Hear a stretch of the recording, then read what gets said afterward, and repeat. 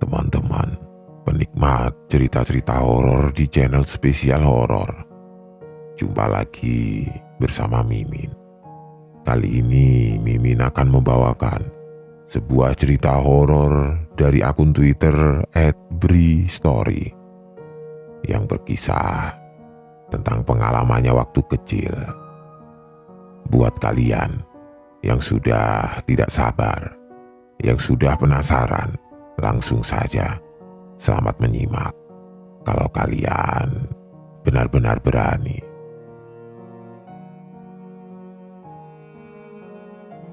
Perempuan itu terlihat lagi duduk seperti biasanya, menghadap ke depan memandang ke halaman rumah, duduk sendirian di atas kursi goyang yang diletakkan di teras depan.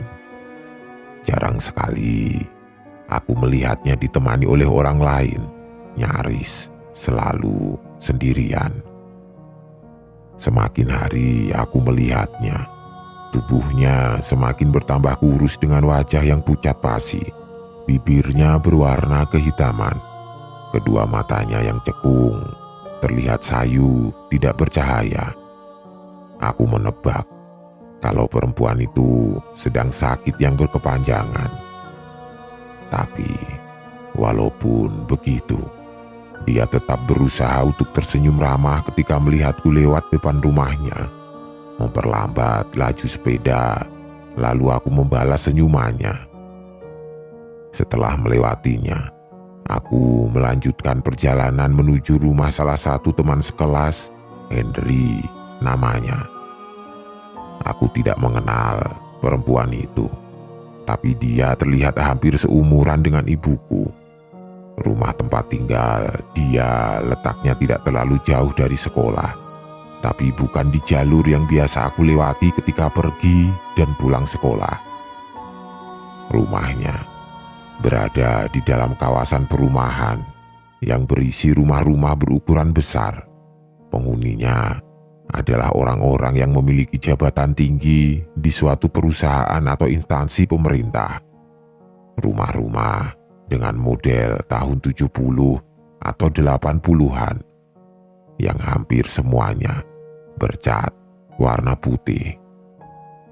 Jalan di dalam perumahan cukup lebar, namun sangat sepi, jarang ada mobil maupun motor yang melintas, sehingga seringkali aku bisa memacu laju sepeda BMX Silver kesayangan dengan cukup cepat.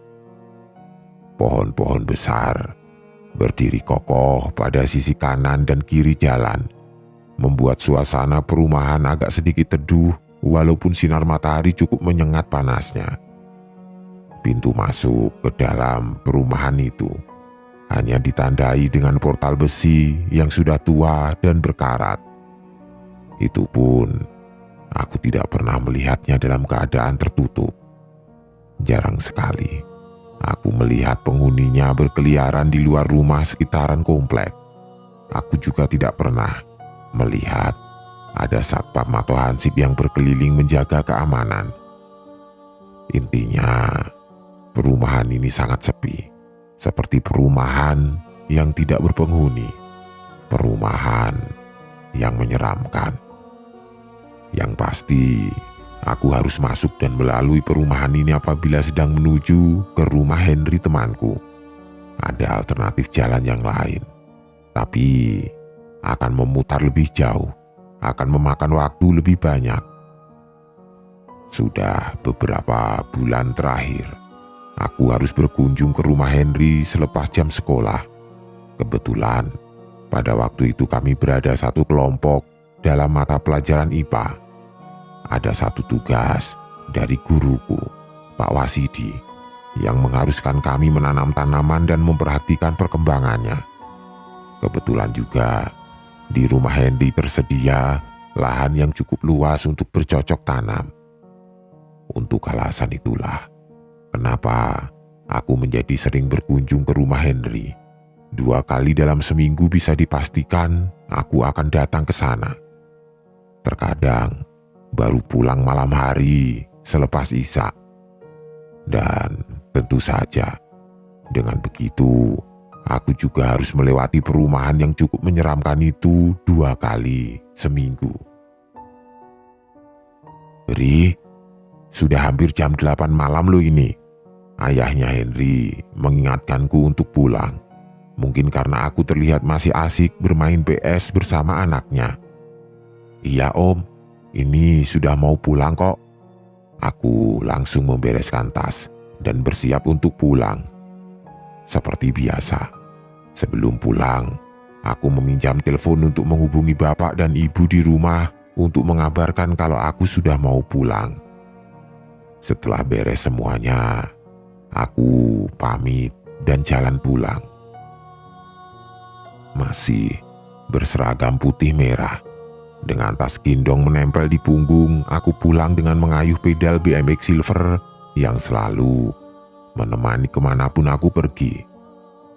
Ku kayuh sepeda dengan kecepatan sedang. Jalan kampung yang tidak terlalu besar menjadi pemandangan awal yang harus aku lalui.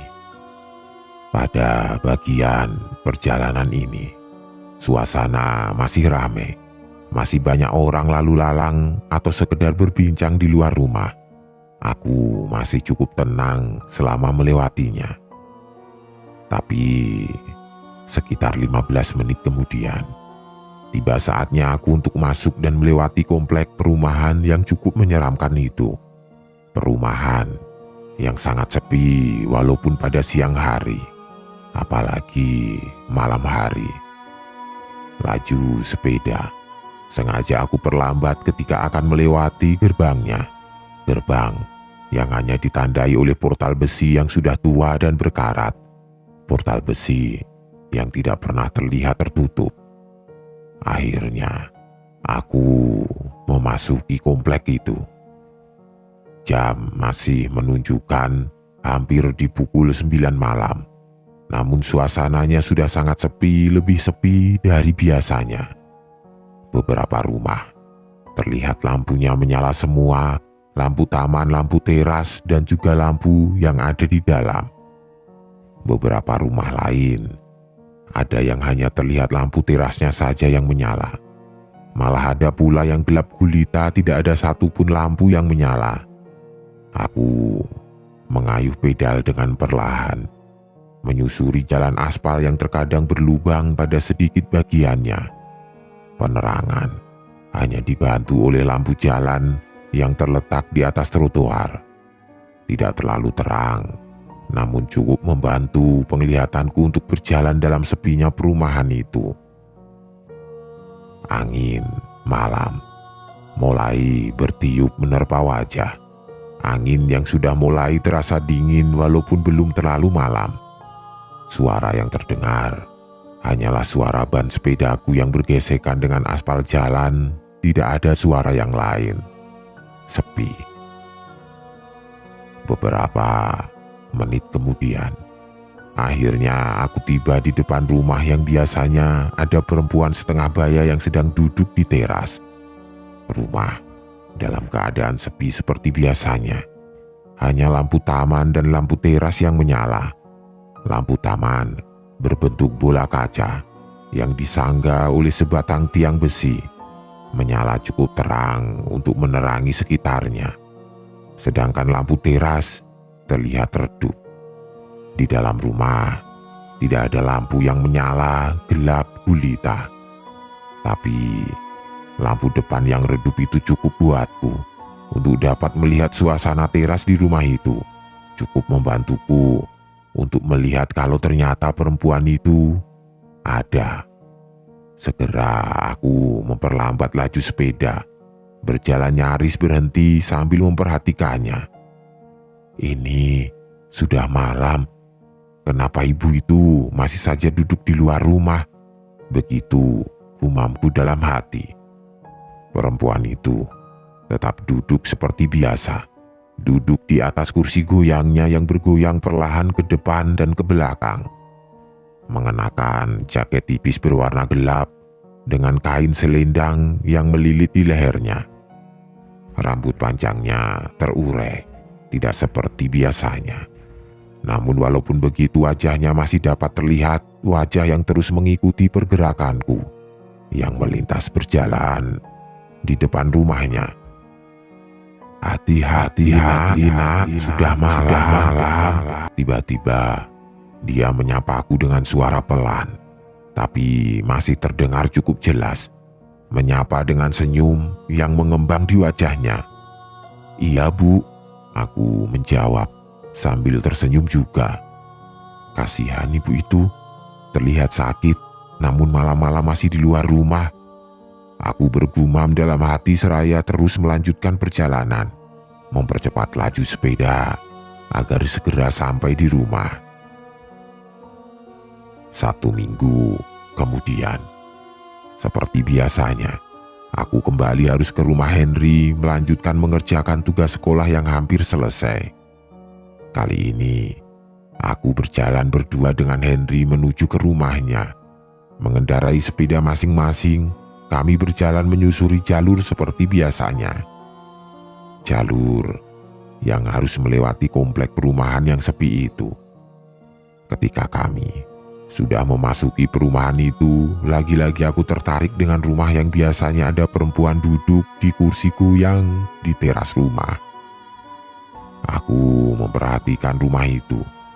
Ketika kami sudah benar-benar sedang melintas di depannya, rumah dalam keadaan kosong. Perempuan itu tidak terlihat. Di teras rumah tidak ada siapa-siapa. Sepi. "Kamu melihat apa sih, Bri?" Suara Henry mengagetkanku. "Tidak kok, Hen. Aneh saja. Biasanya di depan rumah itu ada ibu-ibu sedang duduk di kursi goyang, dan biasanya kami saling melempar senyum. Tapi kali ini ibu itu tidak ada." Aku menjawab panjang lebar. Seketika itu pula, tiba-tiba Henry menghentikan sepedanya secara mendadak. Aku terkejut dan ikut berhenti di sampingnya. "Kamu tidak sedang bercanda kan, Bri? Rumah itu kan kosong sudah lama." Henry bilang seperti itu dengan mimik wajah yang serius. "Ah, kamu salah rumah mungkin, Hen. Aku benar-benar sering melihat ibu itu kok." Aku bersikeras mempertahankan pendapat karena memang aku yakin kalau ibu itu benar-benar ada. "Ya sudah, kalau tidak percaya, pokoknya yang aku tahu rumah ini sudah lama kosong. Pokoknya kamu hati-hati kalau lewat sini." Apa yang Henry bicarakan ada benarnya juga. Rumah itu memang terlihat kosong. Suasananya juga memang terasa kalau rumah itu tidak berpenghuni. Tapi pada akhirnya aku tetap berpikir kalau Henry yang salah. Aku yakin kalau dia membicarakan rumah yang berbeda di komplek itu. "Ayo jalan lagi, Bri." Lalu kami melanjutkan perjalanan. Selama perjalanan, kami masih saja berdebat mengenai rumah itu, masih bersikukuh dengan pendapat masing-masing. "Bri, ada telepon dari bapak itu." Wajah ayahnya Henry muncul dari balik pintu kamar, memberitahu kalau bapakku menelpon ke rumahnya untuk mencariku. "Ini sudah jam 8 lewat. Kamu pulang sekarang ya? Berani pulang sendiri atau mau papa jemput?" Suara bapak di ujung telepon menyuruhku untuk segera pulang karena hari sudah semakin malam.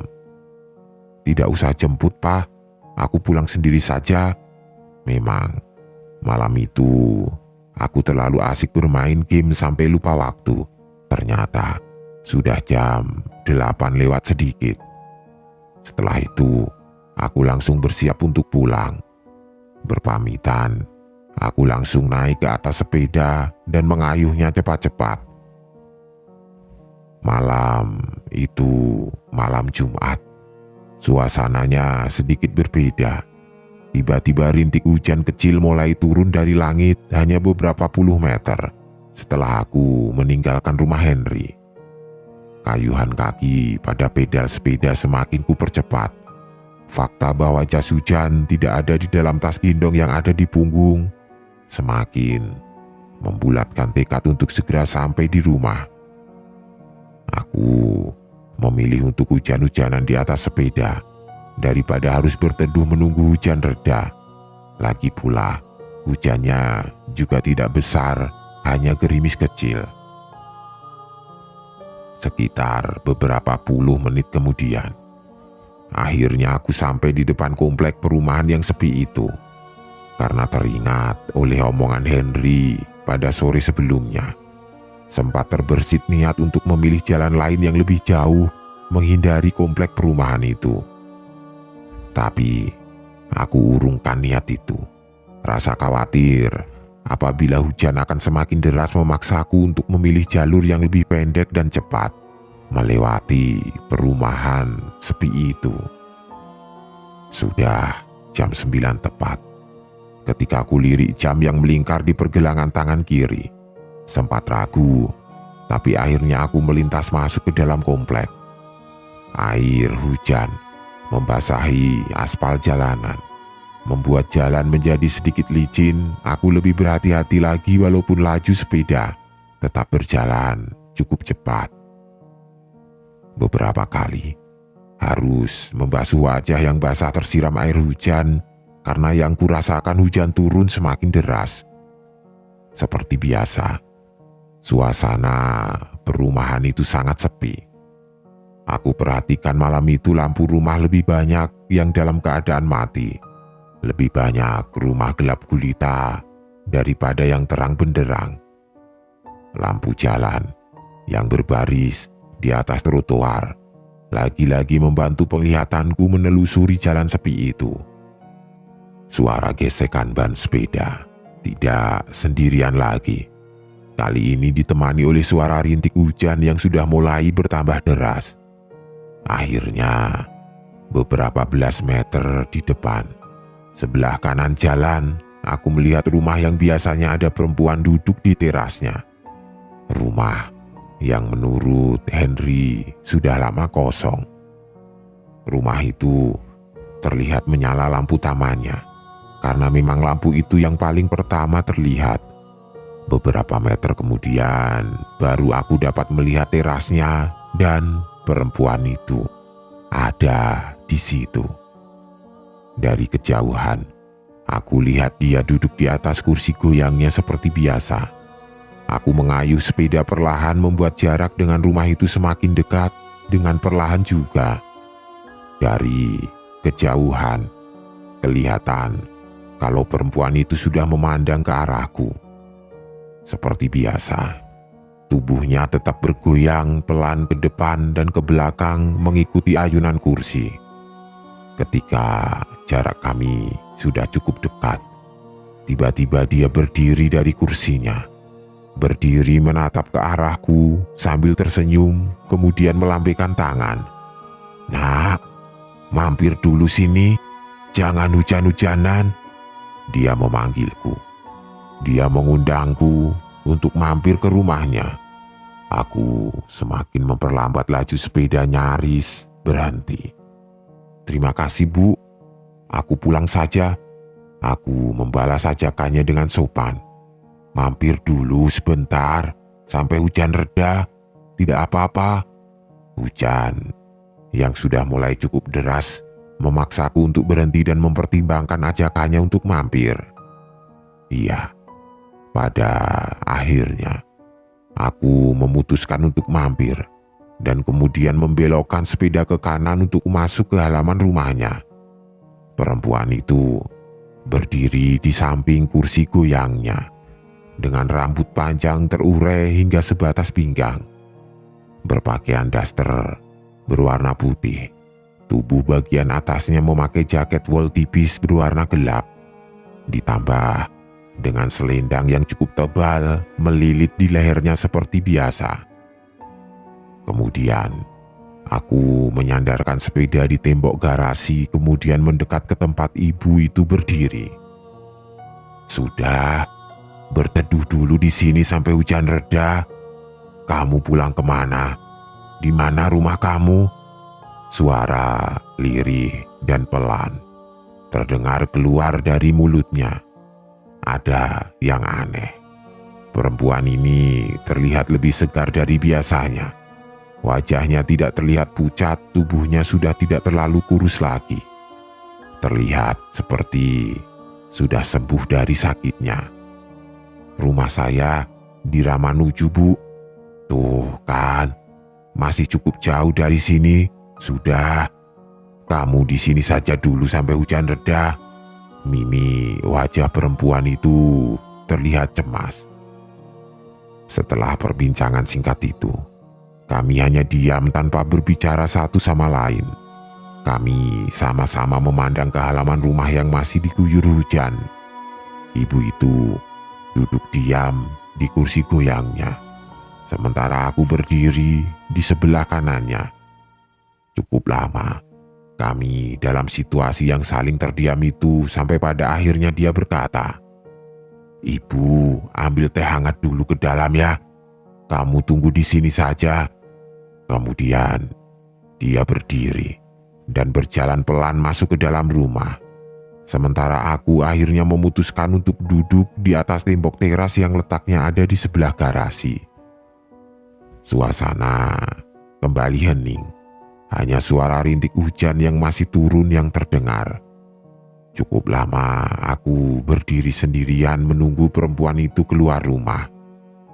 Hingga tiba-tiba lampu teras dan lampu taman yang ada di rumah itu mati. Suasana menjadi gelap gulita. Hanya lampu jalan yang sedikit membantu penerangan. Perasaanku menjadi tidak enak. Aku langsung berdiri dan memperhatikan sekitar. "Bu," aku memanggil perempuan itu dari dalam rumahnya, namun tidak ada jawaban. Aku mulai merinding ketakutan. Karena ketika mengintip dari jendela di depan rumah terlihat kalau rumah benar-benar dalam keadaan kosong. Mundur beberapa langkah, aku berniat untuk naik ke atas sepeda dan pergi dari situ. Namun, tiba-tiba dari kejauhan aku melihat ada kilatan cahaya. Kilatan cahaya lampu yang muncul dari sebelah kanan jalan. Ternyata itu adalah lampu motor. Motor yang kemudian semakin mendekat dan akhirnya berhenti tepat di depan rumah. Aku dorong sepeda sambil berjalan menuju pagar rumah dan keluar dari halaman. "Kamu ngapain di dalam rumah itu tadi, Dek?" Bapak pengemudi motor yang melintas tadi bertanya kepadaku. "Berteduh, Pak. Tadi hujannya deras," aku menjawab singkat. "Kamu jangan masuk ke rumah itu lagi ya. Rumah itu sudah lama kosong. Rumah angker. Banyak setannya. Sudah, kamu cepat pulang. Hujannya sudah berhenti." "Iya, Pak. Saya pulang sekarang." Setelah mendengar omongan bapak itu tadi, aku jadi semakin ketakutan. Langsung bergegas pergi meninggalkan tempat itu. Mengayuh sepeda dengan cepat supaya segera sampai di rumah. Siapa perempuan itu? Bagaimana kisahnya? Ternyata itu bukanlah terakhir kali bertemu dengannya. Dalam beberapa bulan ke depan, aku akan bertemu dengan dia lagi.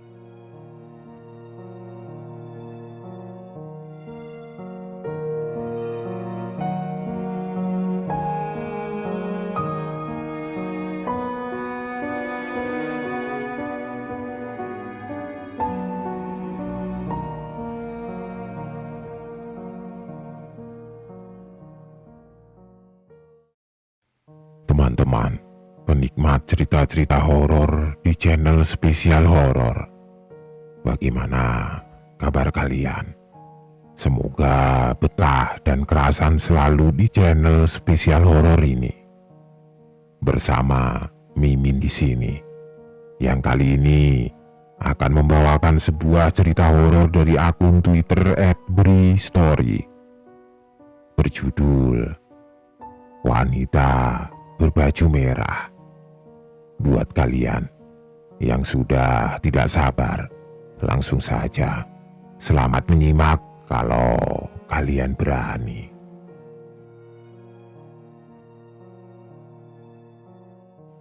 "Bri, nanti pulang sekolah main ke rumahku ya. Aku punya game PS yang baru." Suara Andi membuyarkan lamunanku pada siang itu. Melamun sambil melayangkan pandangan keluar jendela. Aku duduk di pojok kelas sambil menunggu bel pulang berbunyi. Waktu itu aku masih kelas 5 SD. Jendela kelas yang berbentuk memanjang dari depan sampai ke belakang itu menghadap ke taman sekolah yang cukup luas. Sangat luas malahan. Pohon-pohon besar dan tanaman kecil yang berwarna-warni tertanam rapi memenuhi setiap sudut taman. Cuaca kota Cilegon yang panas dapat menjadi sedikit lebih sejuk dengan adanya taman sekolah ini. Sebelah kiri taman ada lahan luas yang beralaskan semen tebal yang biasa kami gunakan untuk upacara. Tiang bendera berdiri kokoh di tengah-tengah lapangan.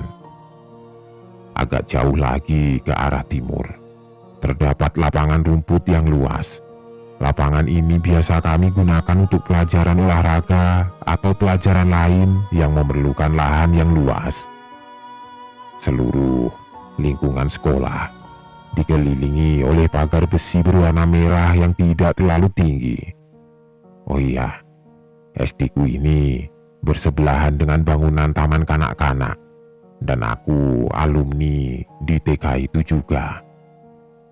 Ada beberapa cerita seram yang berhubungan dengan bangunan TK ini, yang memang bangunan dan lingkungannya cukup menyeramkan. Nanti kapan-kapan aku ceritakan, tapi tidak kali ini.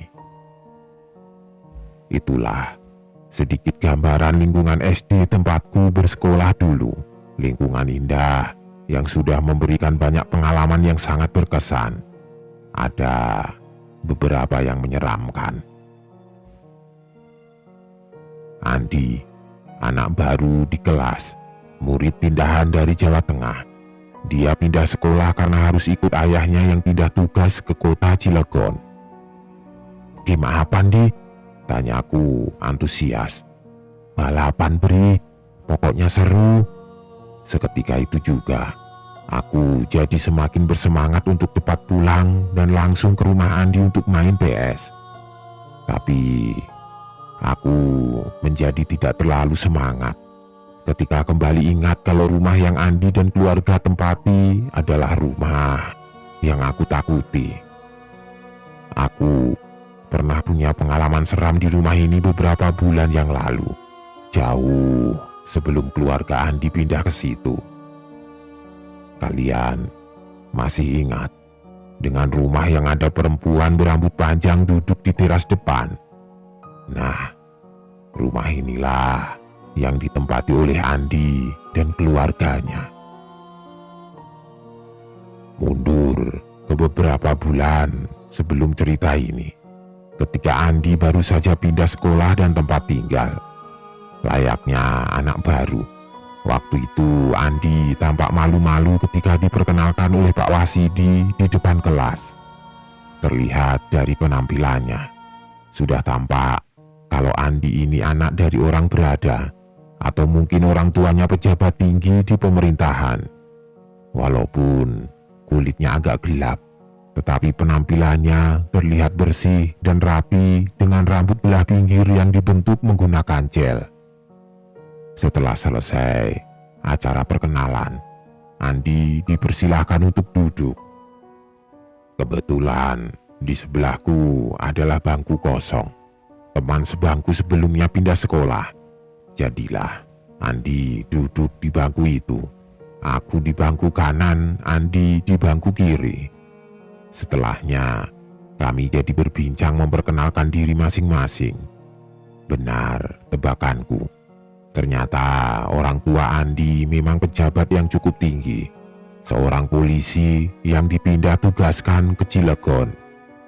Sejak saat itulah, akhirnya kami menjadi lebih akrab satu sama lain. Singkatnya, pada suatu hari, Andi mengajakku untuk main ke rumahnya. "Memang rumah kamu di mana, Di?" "Tidak jauh dari sekolah kok, Bri. Di perumahan yang pohonnya banyak dan besar itu loh," Andi menjawab seraya menggambarkan komplek perumahan tempat dia tinggal. Dari gambaran Andi menjelaskan letak rumahnya, aku belum menaruh curiga sedikit pun. Yang ada di dalam kepala adalah Andi tinggal di komplek yang rumah-rumahnya besar, dan aku sudah tahu letak komplek itu di mana. Sepulang sekolah, aku pun berniat untuk datang berkunjung ke rumah Andi untuk yang pertama kali. Aku sudah sangat hafal dengan seluk-beluk perumahan itu. Rumah-rumahnya besar dengan halaman yang luas. Berboncengan menggunakan BMX Silver kesayangan, aku dan Andi berjalan menyusuri jalan perumahan. Jalan komplek berbahan aspal yang cukup mulus, walaupun ada beberapa lubang di beberapa bagiannya. Trotoar yang terbilang bersih ada di kanan kiri jalan. Di atasnya berdiri lampu penerangan yang tiangnya cukup tinggi, serta pohon-pohon besar dan rindang tumbuh di belakangnya. Seperti yang aku bilang di cerita sebelumnya, komplek perumahan ini terbilang sepi. Jarang sekali terlihat penghuninya berada di luar rumah. Jangankan malam hari, pada siang hari pun sangat sepi situasinya. Berdiri di belakang, Andi terus saja memberi petunjuk jalan ke arah rumahnya. Aku mengikuti arahannya. Aku mulai curiga ketika jalan yang kami lalui mulai mengarah ke lokasi satu rumah yang aku takuti. Rumah yang pernah memberikan pengalaman menyeramkan. Rumah yang sering aku lihat ada perempuan duduk di terasnya. Aku semakin curiga. Jangan-jangan Andi tinggal di rumah itu.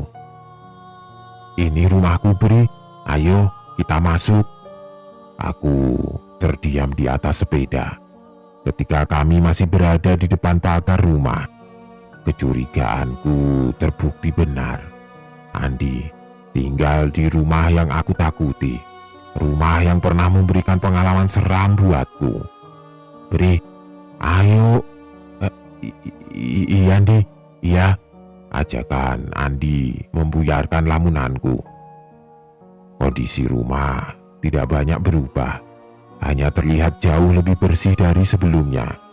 Cat rumah sudah baru dan lebih cerah. Lampu taman yang berbentuk bola kaca masih berdiri tegak di tengah-tengah halaman.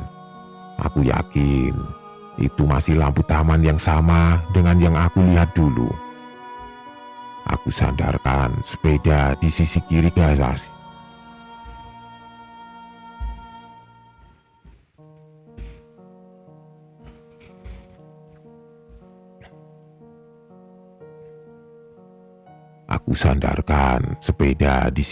garasi.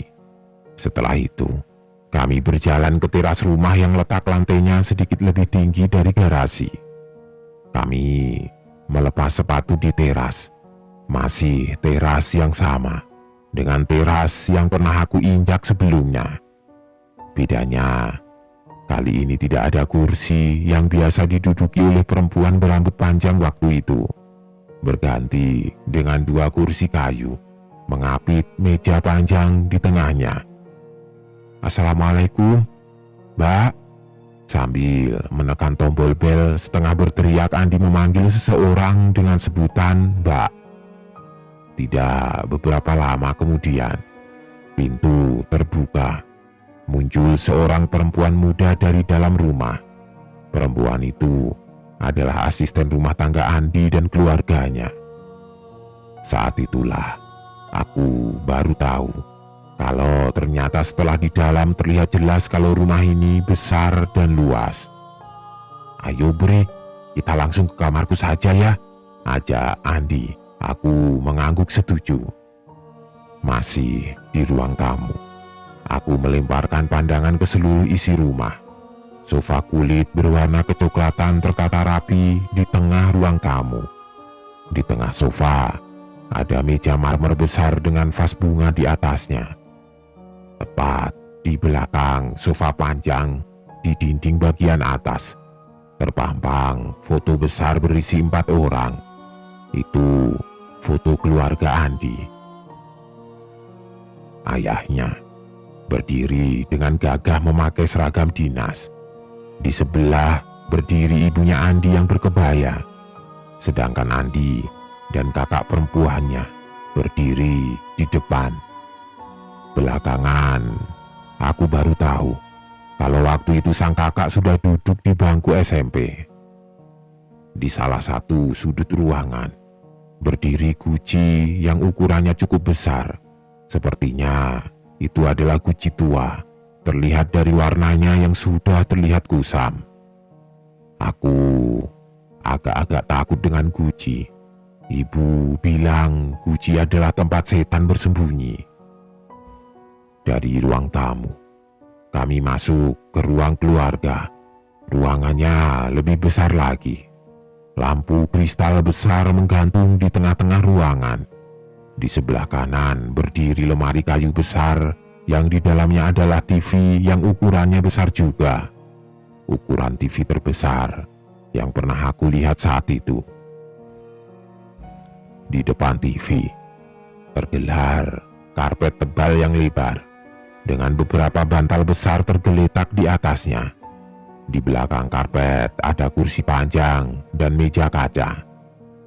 Ruang tengah atau ruang keluarga ini cahayanya cukup redup, bisa dibilang temaram. Mungkin karena lampu kristal yang besar itu tidak dinyalakan. Mungkin juga karena di luar rumah tadi cuacanya sedang mendung. Entah karena punya pengalaman seram dengan rumah ini sebelumnya, atau mungkin ada hal lainnya, perasaanku semakin tidak enak ketika sudah memasuki rumah ini. Padahal kalau dilihat-lihat, rumahnya sangat bagus dan rapi. Tapi tetap saja aku tidak nyaman. Ada yang aneh. Entahlah. Kamar Andi terletak di sudut belakang ruang tengah. Di depannya ada kamar lagi yang menurut Andi itu adalah kamar kakaknya. Di antara dua kamar itu ada kamar mandi. Kami masuk ke dalam kamar. Kamar Andi cukup besar. Tempat tidurnya juga besar, meja belajar dan lemari pakaian melengkapi isi kamar. Suhu ruangan sangat sejuk karena kamar dilengkapi oleh pendingin ruangan. Setelah di dalam, aku baru tahu lagi kalau ternyata rumah ini bertingkat pada bagian belakangnya. Terlihat dari jendela kamar kalau ternyata di tengah-tengah rumah juga ada taman yang bentuknya memanjang mengikuti lebar bangunan. Nah, di seberang taman inilah ada bagian bangunan yang bertingkat. Lantai bawah sepertinya gudang, terlihat belum bersih keadaannya. Lantai 2 ada 2 kamar. Ada 2 pintu dalam keadaan tertutup. Di depan pintu ada selasar memanjang dari tangga yang berada di sebelah kanan hingga ke ujung kiri bangunan. Oh iya, di pojok taman ada kolam ikan yang cukup besar. Beberapa ikan mas terlihat berenang hilir mudik di dalamnya. Besar sekali rumah ini, gumamku dalam hati sambil berdiri menatap keluar kamar. Inilah rumahku, Bri. Ayah kerja, lebih sering pulang malam. Ibu sedang keluar rumah. Tadi itu yang membuka pintu pembantuku. Sedangkan kakakku biasanya sore baru pulang. Andi menjelaskan keadaan dan situasi rumahnya saat itu. Aku lebih sering sendiri di rumah ini karena biasanya Mbak pulang ke rumahnya jam 3 nanti. Lanjut Andi menjelaskan. Singkat cerita, kami akhirnya larut dalam keasikan bermain PS di dalam kamar. Ada sesuatu yang aneh ketika aku duduk di depan TV dalam kamar. Kami berdua duduk di atas karpet bersandar pada pinggir tempat tidur. Pintu kamar selalu dalam keadaan terbuka, jadi aku dapat melihat lorong di depan kamar yang menuju ke kamar mandi. Walau tidak secara langsung, Dari ujung mataku, aku melihat sekelebat bayangan orang yang melintas melewati lorong ke arah kamar mandi. Siapa itu? Pembantunya Andika? Atau orang lain? Awalnya, tidak terlalu memikirkan hal itu. Aku terus saja asik bermain PS, mata tertuju ke arah TV. Hingga akhirnya aku penasaran. Ketika sosok itu berjalan lagi melewati lorong menuju ke toilet, aku langsung menolehkan kepala ke arah pintu. Tidak keburu, kurang cepat aku menolehkan kepala. Sosok itu sudah keluar dari sudut pandang dan masuk ke dalam toilet. Namun walaupun begitu, aku masih dapat menangkap warna baju perempuan yang baru saja melintas. Baju berwarna merah. Oh iya, aku melihat tubuhnya seperti perempuan dengan rambut terurai. Tapi ada yang aneh lagi. Tidak terdengar ada suara pintu kamar mandi yang terbuka dan tertutup. Ada apa sih, Bri? Kok kelihatan bingung? Tanya Andi ketika melihat gelagat aneh yang aku tunjukkan. Tidak apa-apa, Andi, jawabku singkat. Lalu kami melanjutkan bermain PS tanpa memusingkan apapun. Mas Andi, Mbak pulang dulu ya. Ini sudah jam 3.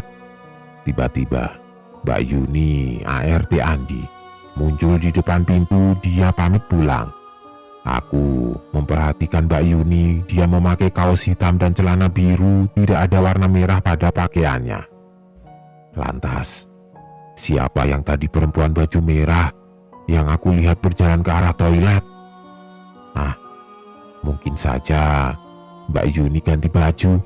Bisa jadi begitu. Tolong kunci pintu depan ya, Mas, kata Mbak Yuni lagi. Aku ke depan dulu ya, Bri, ucap Andi. Aku mengangguk, namun mata masih terus saja fokus ke layar TV. Kemudian Andi meninggalkanku sendirian di dalam kamar dengan pintu yang masih terbuka lebar. Dengan pintu kamar yang terbuka, aku dapat melihat ke arah ruang tengah. Cuaca mendung, mulai menjatuhkan rintik air hujan dari langit, membasahi taman yang berada di bagian belakang rumah. Langit semakin gelap, padahal masih jam 3 sore. Hal ini yang menyebabkan keadaan di dalam rumah menjadi gelap juga, termasuk ruang tengah. Hanya kamar Andi yang lampunya menyala terang benderang. Tiba-tiba, sekelebat sosok perempuan berbaju merah itu kembali terlihat di lorong depan kamar dari arah kamar mandi menuju ke ruang tengah. Penasaran, aku langsung berdiri untuk melihat siapakah perempuan itu. Ketika sudah berdiri di depan pintu, aku menoleh ke arah kiri ke ruang tengah. Saat itulah, dalam temaramnya cahaya, aku lihat sosok perempuan berbaju merah dengan rambut sebahu melangkah masuk ke dalam kamar yang letaknya di ujung ruang tengah. Pintu kamar itu langsung tertutup. Aku hanya terdiam, berdiri diam di depan pintu kamar, banyak pertanyaan di kepala. Siapa perempuan itu? Apakah itu ibunya Andi? Atau siapa? Tiba-tiba Andi muncul dari arah ruang tamu. Kenapa, Bri? Ada apa? Kok kamu kelihatan bingung? Tanya Andi kemudian. Itu kamar siapa, Andi? Aku menunjuk ke arah pintu kamar yang tadi ada sosok perempuan yang masuk ke dalamnya. Oh, itu kamar ibu dan bapakku, Bri. Ada apa memangnya? Andi menjawab dengan diakhiri dengan pertanyaan. Memang ibu kamu sudah pulang? Tanya aku lagi. Belum, Bri. Hanya ada kita saja di rumah ini. Ada apa, Bri? Tidak ada apa-apa, Andi. Tidak ada. Lalu kami kembali masuk ke dalam kamar. Andi seperti membaca gelagat aneh yang aku tunjukkan. Mungkin raut wajahku yang terlihat kebingungan membuat Andi masih saja penasaran. Kamu lihat apa, Bri? Tidak apa-apa, ngomong saja. Tidak lihat apa-apa kok, Ndi. Beneran, jawabku sambil terus mengelak. Aku tahu, Andi masih belum puas dengan jawaban yang dia terima. Tapi aku masih terus saja tidak mau menceritakan yang sebenarnya. Belum. Sepulang sekolah, kamu selalu sendirian seperti ini, Ndi. Iya, Bri. Kami baru 1 minggu tinggal di rumah ini. Makanya aku masih takut kalau harus sendirian. Memang, tadi kamu melihat apa sih, Bri? Tidak apa-apa, ngomong saja. Tetap, aku belum mau bercerita apa-apa.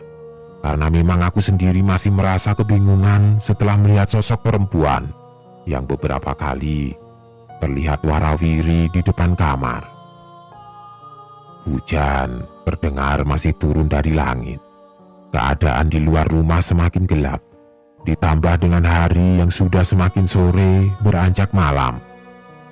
Sekitar jam 5 lebih sedikit tiba-tiba terdengar suara bel pintu rumah berbunyi. Andi langsung berdiri dan berjalan keluar kamar berniat untuk membuka pintu depan. Tidak lama, Andi muncul lagi bersama dengan seorang perempuan yang ternyata itu adalah ibunya. Mama, ini Bri, teman sebangkuku di sekolah. Oh, ini yang namanya Bri. Saya mamanya Andi. Bri tinggal di mana? Ibunya Andi memperkenalkan diri sambil mengajak bersalaman. Saya tinggal di Ramanuju, Tante. Tidak jauh kok. Aku menjawab sambil cengengesan. Baiklah kalau begitu, Tante tinggal dulu ya. Lalu ibunya Andi meninggalkan kami, berjalan menuju kamarnya. Sekitar jam 5:30, suara hujan tidak terdengar lagi, sepertinya sudah berhenti. Di, sudah sore, aku pulang dulu ya.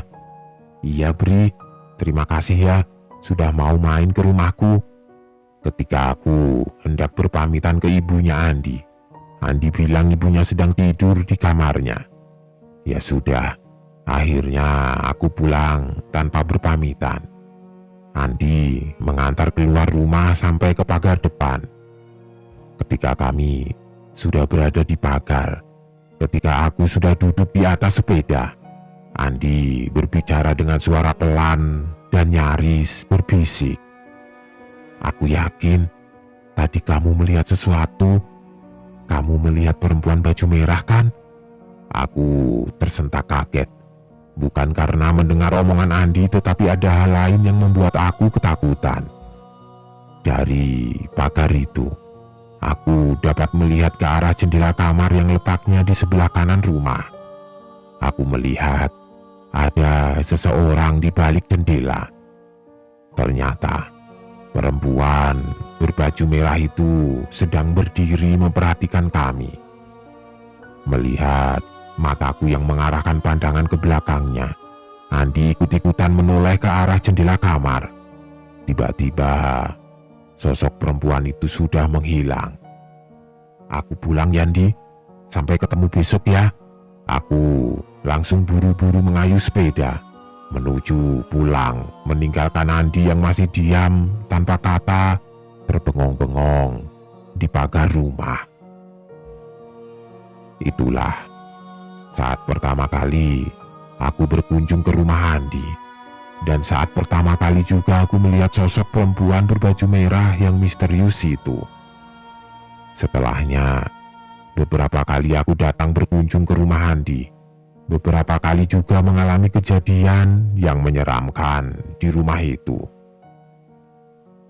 Tidak hanya siang hari, karena nantinya aku terpaksa harus menginap di sana. Kapan-kapan aku ceritakan, tapi tidak kali ini.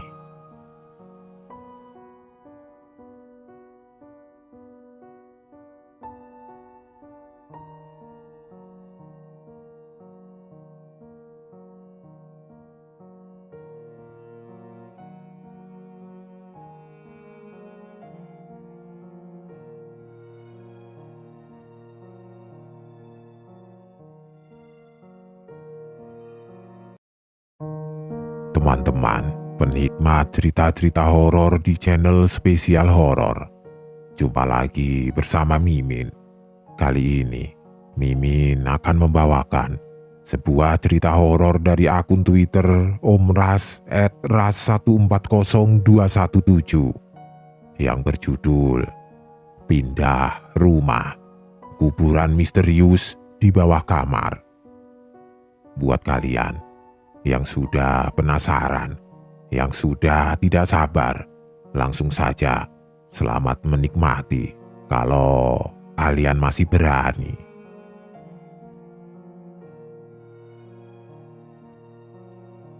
Setelah kepindahan keluarga Rinto ke rumah baru mereka, banyak terjadi hal-hal ganjil yang mulai meneror. Dimulai dengan Fani, si anak bungsu yang sering menghilang di kala senja. "Bagaimana, Pak? Apakah sudah siap semuanya?" tanya Rinto pada seorang bapak-bapak yang mengenakan jaket kulit berwarna hitam. "Sudah, Pak. Keseluruhan rumah sudah direnovasi. Tinggal bagian belakang, pintunya masih perlu perbaikan. Kalau masalah pintu, Bapak tidak usah khawatir, karena kalau ada waktu senggang saya akan mencoba memperbaikinya sendiri. Tapi mesin air sumur sudah bagus dan siap digunakan kan, Pak? Air, listrik, sudah siap semua, Pak. Baguslah kalau begitu. Oh iya, rencananya saya dan keluarga akan pindah ke rumah ini minggu ini. Jadi kalau Bapak tidak sibuk, kami bisa minta sedikit bantuan kan?" Pak Agus tanpa menghela nafas, lalu menatap lekat pada Pak Rinto yang masih sibuk mengetik tugas di laptopnya. "Apa Pak Rinto yakin mau pindah ke rumah itu?" tanya Pak Agus pelan dan terdengar sangat hati-hati. Rinto menatap Pak Agus sambil tersenyum. "Tentu, Pak, karena rumah itu juga sudah menjadi tanggung jawab dan amanah yang harus saya laksanakan dan jaga. Lagi pula, istri saya akan lebih mudah dan nyaman bila tinggal di sana. Alam pegunungan yang masih asri akan membantu pemulihan istri saya, Pak," jawab Rinto. Lagi-lagi, Pak Agus menghela nafas. "Tapi Pak Rinto tahu kan, kalau rumah itu jauh dari perkotaan, akan sangat sulit untuk berbelanja keperluan rumah. Lagi pula, rumah itu sudah sangat lama tidak ditinggali. Tentunya sudah ada sesuatu yang menempati rumah itu," ujar Pak Agus lebih menekan lagi nada bicaranya. Pak Agus ini memang pandai menakut-nakuti. Tapi itu tidak berlaku untuk saya, Pak. Karena saya tidak percaya dengan hal-hal mistis seperti itu. Yang tidak Bapak lihat bukan berarti mereka tidak ada. Alam kita dan mereka hanya dipisahkan oleh dinding tipis." Rinto mengangguk masih dengan senyuman di bibirnya. "Mungkin nanti saya tidak bisa ikut mengantarkan Pak Rinto dan keluarga ke rumah baru. Karena hari Sabtu ini saya ada tugas keluar kota, Pak. Tapi nanti adik saya Ilham yang akan mengantar Bapak sekalian bantu beres-beres." "Iya, Pak. Tidak apa-apa. Atas bantuan Pak Agus yang merenovasi rumah kami itu, saya ucapkan terima kasih banyak, Pak. Dan ini sisa yang kemarin," kata Rinto sembari memberikan amplop putih yang lumayan tebal pada Pak Agus. "Sama-sama, Pak. Itu sudah tugas saya, Pak. Ya maklumlah, saya kan mempunyai usaha pertukangan," ujar Pak Agus di sela tawanya yang kaku. "Baiklah, Pak. Kalau begitu, saya pamit pulang dulu. Nanti kalau ada apa-apa, Pak Rinto bisa menghubungi saya di nomor biasa," lanjutnya. Setelah Pak Agus pergi, Rinto kembali melanjutkan pekerjaannya. Ia benar-benar harus segera menyelesaikan semua surat-surat kepindahannya di sela sibuknya bekerja saat itu. Diva, Rini, dan Fani sudah menunggu di halaman. Mobil pengangkut barang-barang mereka pun sudah siap sedari tadi. "Ya," panggil Deva yang terlihat sudah tidak sabar itu. "Sebentar, Dev," jawab Rinto sembari mengunci pintu rumah. "Perjalanan akan memakan waktu lumayan lama. Jadi kalau mau pipis, pipislah sekarang. Karena kalau sudah di jalan akan sulit menemui WC umum," ujar Rinto memandang satu persatu anak-anaknya. Saat mereka sudah masuk ke dalam mobil, Deva, yang saat itu sudah menginjak usia 16 tahun, langsung memainkan game di smartphone-nya. Begitu juga dengan Rini yang sedari tadi sudah sibuk selfie. Sedangkan Fanny nampak asik melihat lalu lalang kendaraan lain dari dalam kaca mobil. Setelah 1 jam perjalanan, Deva mulai resah. "Ya, apa Dev?" jawab Rinto tanpa sedikit pun mengalihkan fokusnya pada jalanan. "Rumahnya masih jauh kah?" "Paling setengah jam lagi Dev." "Kenapa? Mau pipis?" "Tidaklah, cuma pinggangku rasanya sudah kram, kesemutan karena kelamaan duduk," jawab Deva cepat.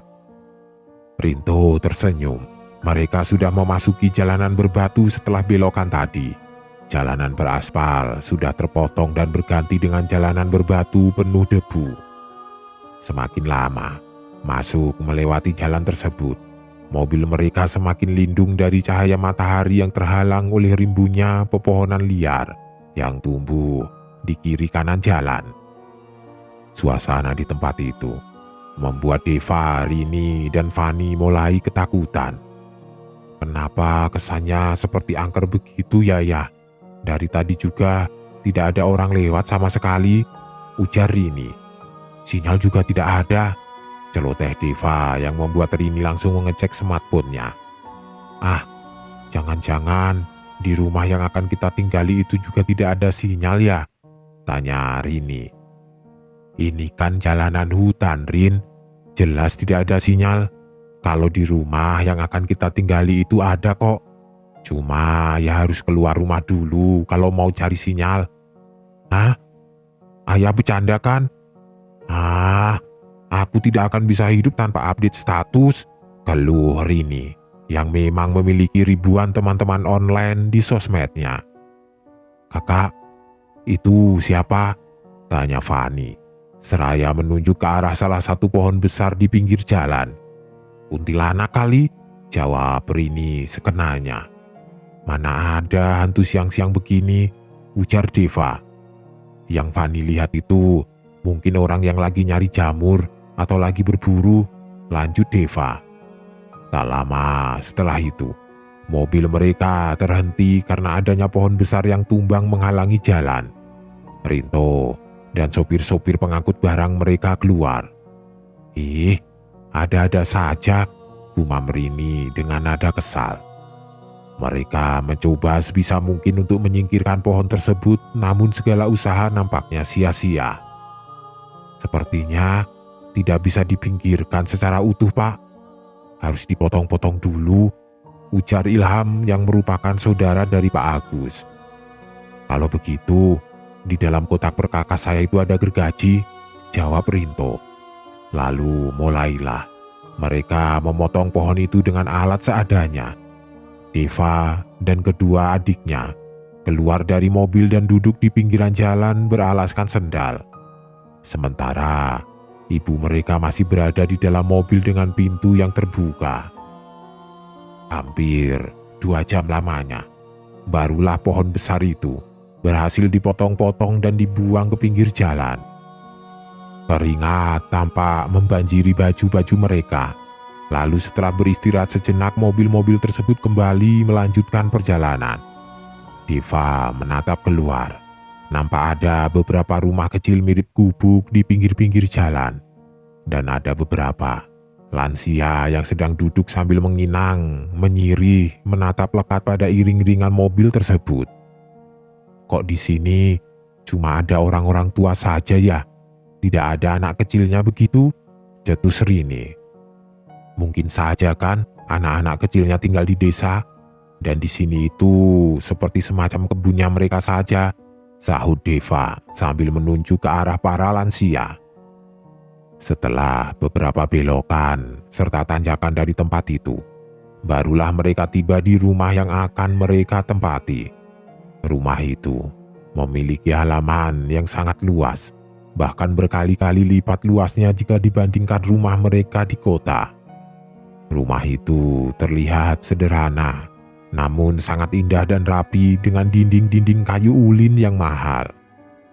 Pelataran depannya besar, dan setelah mereka masuk ke dalam rumah, Deva dan Rini semakin dibuat takjub dengan pelataran dapurnya yang sangat luas, dengan pagar-pagar unik mengelilinginya. Di pelataran dapur itu, mereka disuguhkan pemandangan yang indah, pepohonan hijau, dan perbukitan yang tiada duanya. Wah, pagi-pagi sambil minum energen coklat hangat, ucap Rini. Apalagi kalau makan indomie kuah sama telur rebus. Sahut Deva. Dev, tolong kelinci sama kucing adikmu dikeluarkan dari mobil, ujar ibunya. Iya bunda. Deva berjalan keluar untuk mengambil kelinci dan kucing peliharaan Fani. Sama sekali tidak ada tetangga, gumam Deva. Lalu, setelah mengambil kelinci dan kucing Persia milik adiknya itu, Deva kembali masuk ke dalam rumah. Kucing dan kelinci itu ia letakkan begitu saja di pelataran dapur. Kedua pasang hewan itu seperti enggan untuk berlarian seperti biasa, bahkan sesekali mengeluarkan suara marah. Bunda, kenapa mereka marah-marah? Tanya Fani. Mungkin mereka belum terbiasa di rumah baru, jawab ibunya. Menjelang maghrib, semua barang-barang sudah selesai dikeluarkan. Teman-teman Ilham masih beristirahat di pelataran luar sebelum akhirnya mereka semua kembali pulang. Hening. Itu yang dirasakan keluarga Rinto saat Ilham dan teman-temannya pulang. Namun karena rasa lelahnya, mereka pun tertidur dengan sangat lelap sekali. Pagi-pagi, ibunya sudah bangun dan memasak untuk sarapan. Telur mata sapi dan semangkok besar indomie kuah terhidang di atas meja makan. Deva, Rini, dan Fani terlihat sudah mulai menyantap sarapan hangat pagi itu. Ayah mana bun? Tanya Fani. Mungkin di belakang mengisi bahan bakar genset, jawab ibunya. Masih sibuk memberi makanan pada kucing dan kelinci milik Fani. Bunda, hari ini aku mau jalan-jalan keliling di sekitar sini ya, biar lebih mengenal lingkungan sini, ujar Deva. Boleh, asal hati-hati ya Dev. Dan jaga kelakuanmu, jangan merusak dan mengganggu yang bukan milikmu, pesan ibunya. Oke bunda. Seusai makan, Deva langsung keluar rumah. Sebelum mengayuh sepedanya terlebih dulu ia memutar musik dari smartphone miliknya. Jalanan masih dipenuhi kabut tipis dan udara masih sangat dingin sekali. Untungnya Deva menggunakan jaket yang lumayan tebal sehingga rasa dingin alam pegunungan itu tidak terlalu terasa menusuk tubuhnya. Saat ia mengayuh lebih jauh lagi sepedanya, Deva berpapasan dengan seorang laki-laki tua yang sedang berjalan sambil membawa pacul. Selamat pagi kek, sapa Deva dengan senyum hangat. Lelaki tua itu menatap Deva dengan lekat tanpa senyum sedikit pun. Pergi, jangan kemari, bentaknya, membuat Deva kaget setengah mati. Ya ampun, ini kakek-kakek, kenapa? Gumam Deva sembari mengelus dadanya. Mati kamu, teriak kakek itu parau. Deva yang takut. Kalau terkena hantaman pacul milik si kakek langsung menjauh pergi. Dan dari kejauhan, ia masih bisa melihat kalau si kakek tengah menatapnya dengan tajam. Jalanan di depan mulai gelap. Ditambah lagi dengan kabut yang semakin tebal membuat Deva terpaksa harus berbalik arah.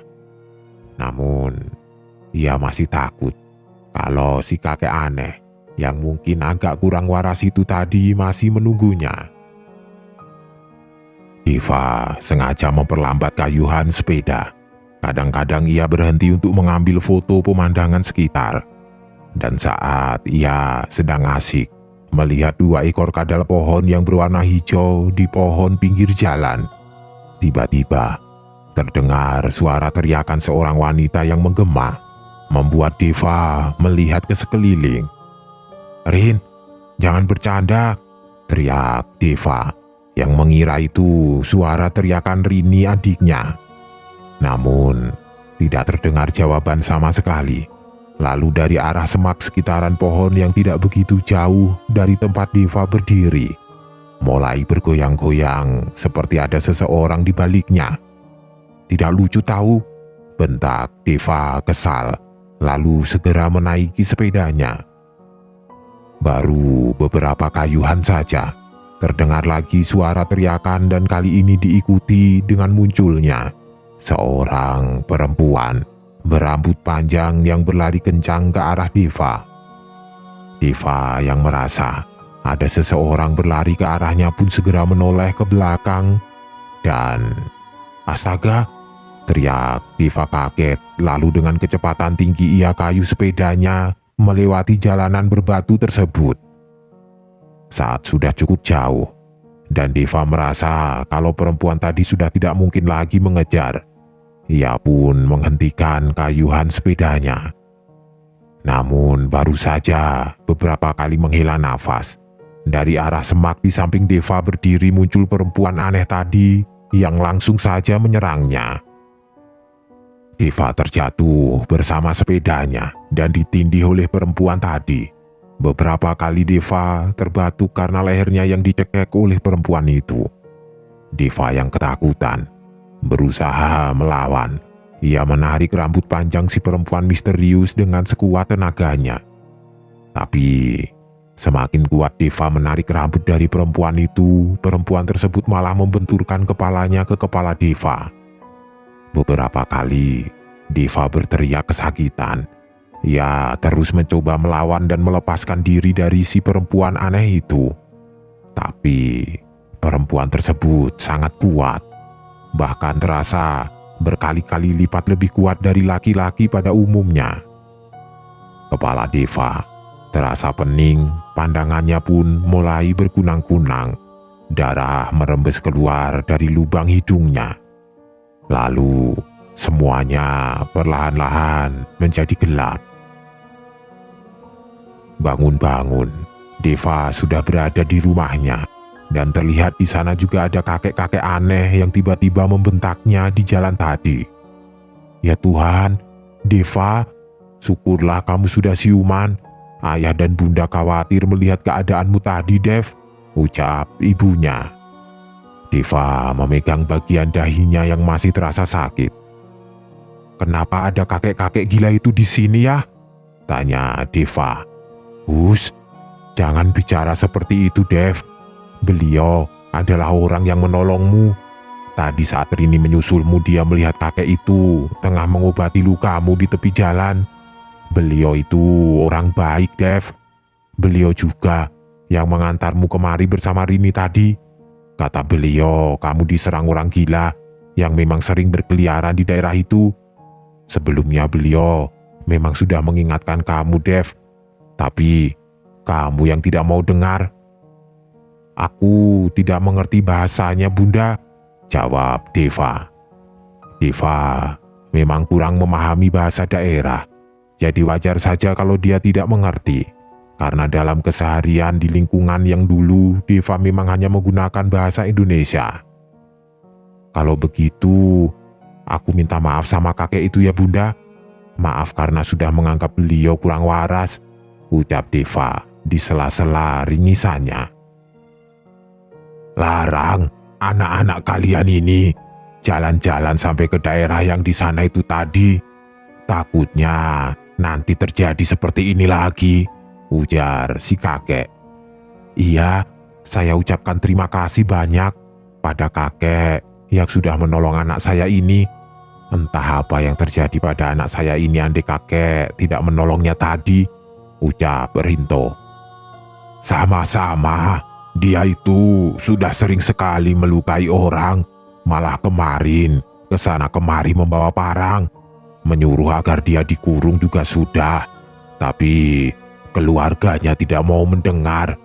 Andaikan di kampung besar, mungkin sudah dibawa orang ke rumah sakit jiwa dia itu. Tapi ya itu tadi, susah. Jadi kita-kita yang waras ini saja yang harus pandai-pandai. Kalau dia ada, Kita yang menjauh, ujar si kakek. Apa katanya Bunda? Tanya Deva pelan. Lain kali, kalau kalian jalan-jalan terutamanya kamu Dev, jangan sampai ke daerah situ lagi. Bahaya tahu, ujar ibunya. Seminggu ini, Rinto masih disibukkan dengan urusan-urusan perpindahannya. Belum lagi dia harus ke sekolah untuk mengurus pendaftaran. Hari itu, Rini, Fani, dan ibunya pamit pergi berbelanja ke desa besar yang jaraknya lumayan jauh dari tempat tinggal mereka. Sementara Deva, ia lebih memilih untuk tinggal dan bermain game di rumah pohon yang ada di depan rumah mereka itu. Karena cuma di sanalah sinyal internet lancar. Sebelum naik ke rumah pohon untuk bermain game online, Deva lebih dulu menyediakan minuman dan beberapa camilan untuknya bersantai. Hampir setengah jam lebih, ia duduk sambil memainkan game kesukaannya di smartphone itu. Tiba-tiba, perutnya terasa mules, hingga membuat Deva harus menghentikan permainan game online tersebut. Ia berlari-lari kecil menuju ke dalam rumah. Tanpa menoleh kiri dan kanan, ia bergegas masuk ke dalam toilet untuk buang hajat. Setelah selesai, Deva tidak langsung keluar rumah, melainkan lebih dulu masuk ke dalam kamarnya untuk mengambil bantal dan juga obat nyamuk. Namun, saat ia akan keluar dari kamar, entah kenapa pintu kamarnya itu terasa berat seperti ada sesuatu yang menahannya dari luar. Kenapa sih ini pintu? Gumam Deva masih berusaha membukanya. Beberapa kali, Deva menendang pintu tersebut dengan rasa kesal. Barulah pintu itu akhirnya terbuka. Kenapa ya? Ujarnya, bertanya-tanya sembari mengecek engsel pintu tersebut. Tiba-tiba, dari arah pelataran dapur, terdengar suara gaduh kucing yang sepertinya sedang berkelahi. Bergegas, Deva berlari ke arah pelataran dapur untuk memastikan apa yang terjadi.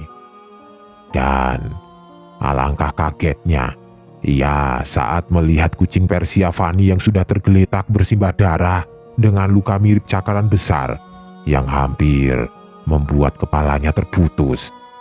Ya Tuhan, apa-apaan ini? Apa jangan-jangan ini ulah perempuan gila itu? Bergegas, Deva mengambil cangkul milik ayahnya di gudang yang terletak tepat bersampingan dengan kamar mandi dapur. Lalu berjalan keluar rumah untuk menggali tanah yang akan ia gunakan mengubur kucing milik Fani. Kira-kira hampir setengah meter dalamnya galian tanah itu. Deva kembali masuk ke dalam rumah. Tidak lupa, ia sobek kain lap yang tergantung pada paku di samping kompor untuk nanti ia gunakan membungkus kucing yang akan ia kubur. Namun saat ia berada di pelataran dapur tersebut, di sana sudah tidak ada lagi bangkai kucing yang ia lihat sebelumnya. Cuma ada ceceran darah di beberapa tempat yang mengarah ke bawah. Deva mengerutkan keningnya. Mulutnya sedikit terenganga dengan kejadian itu.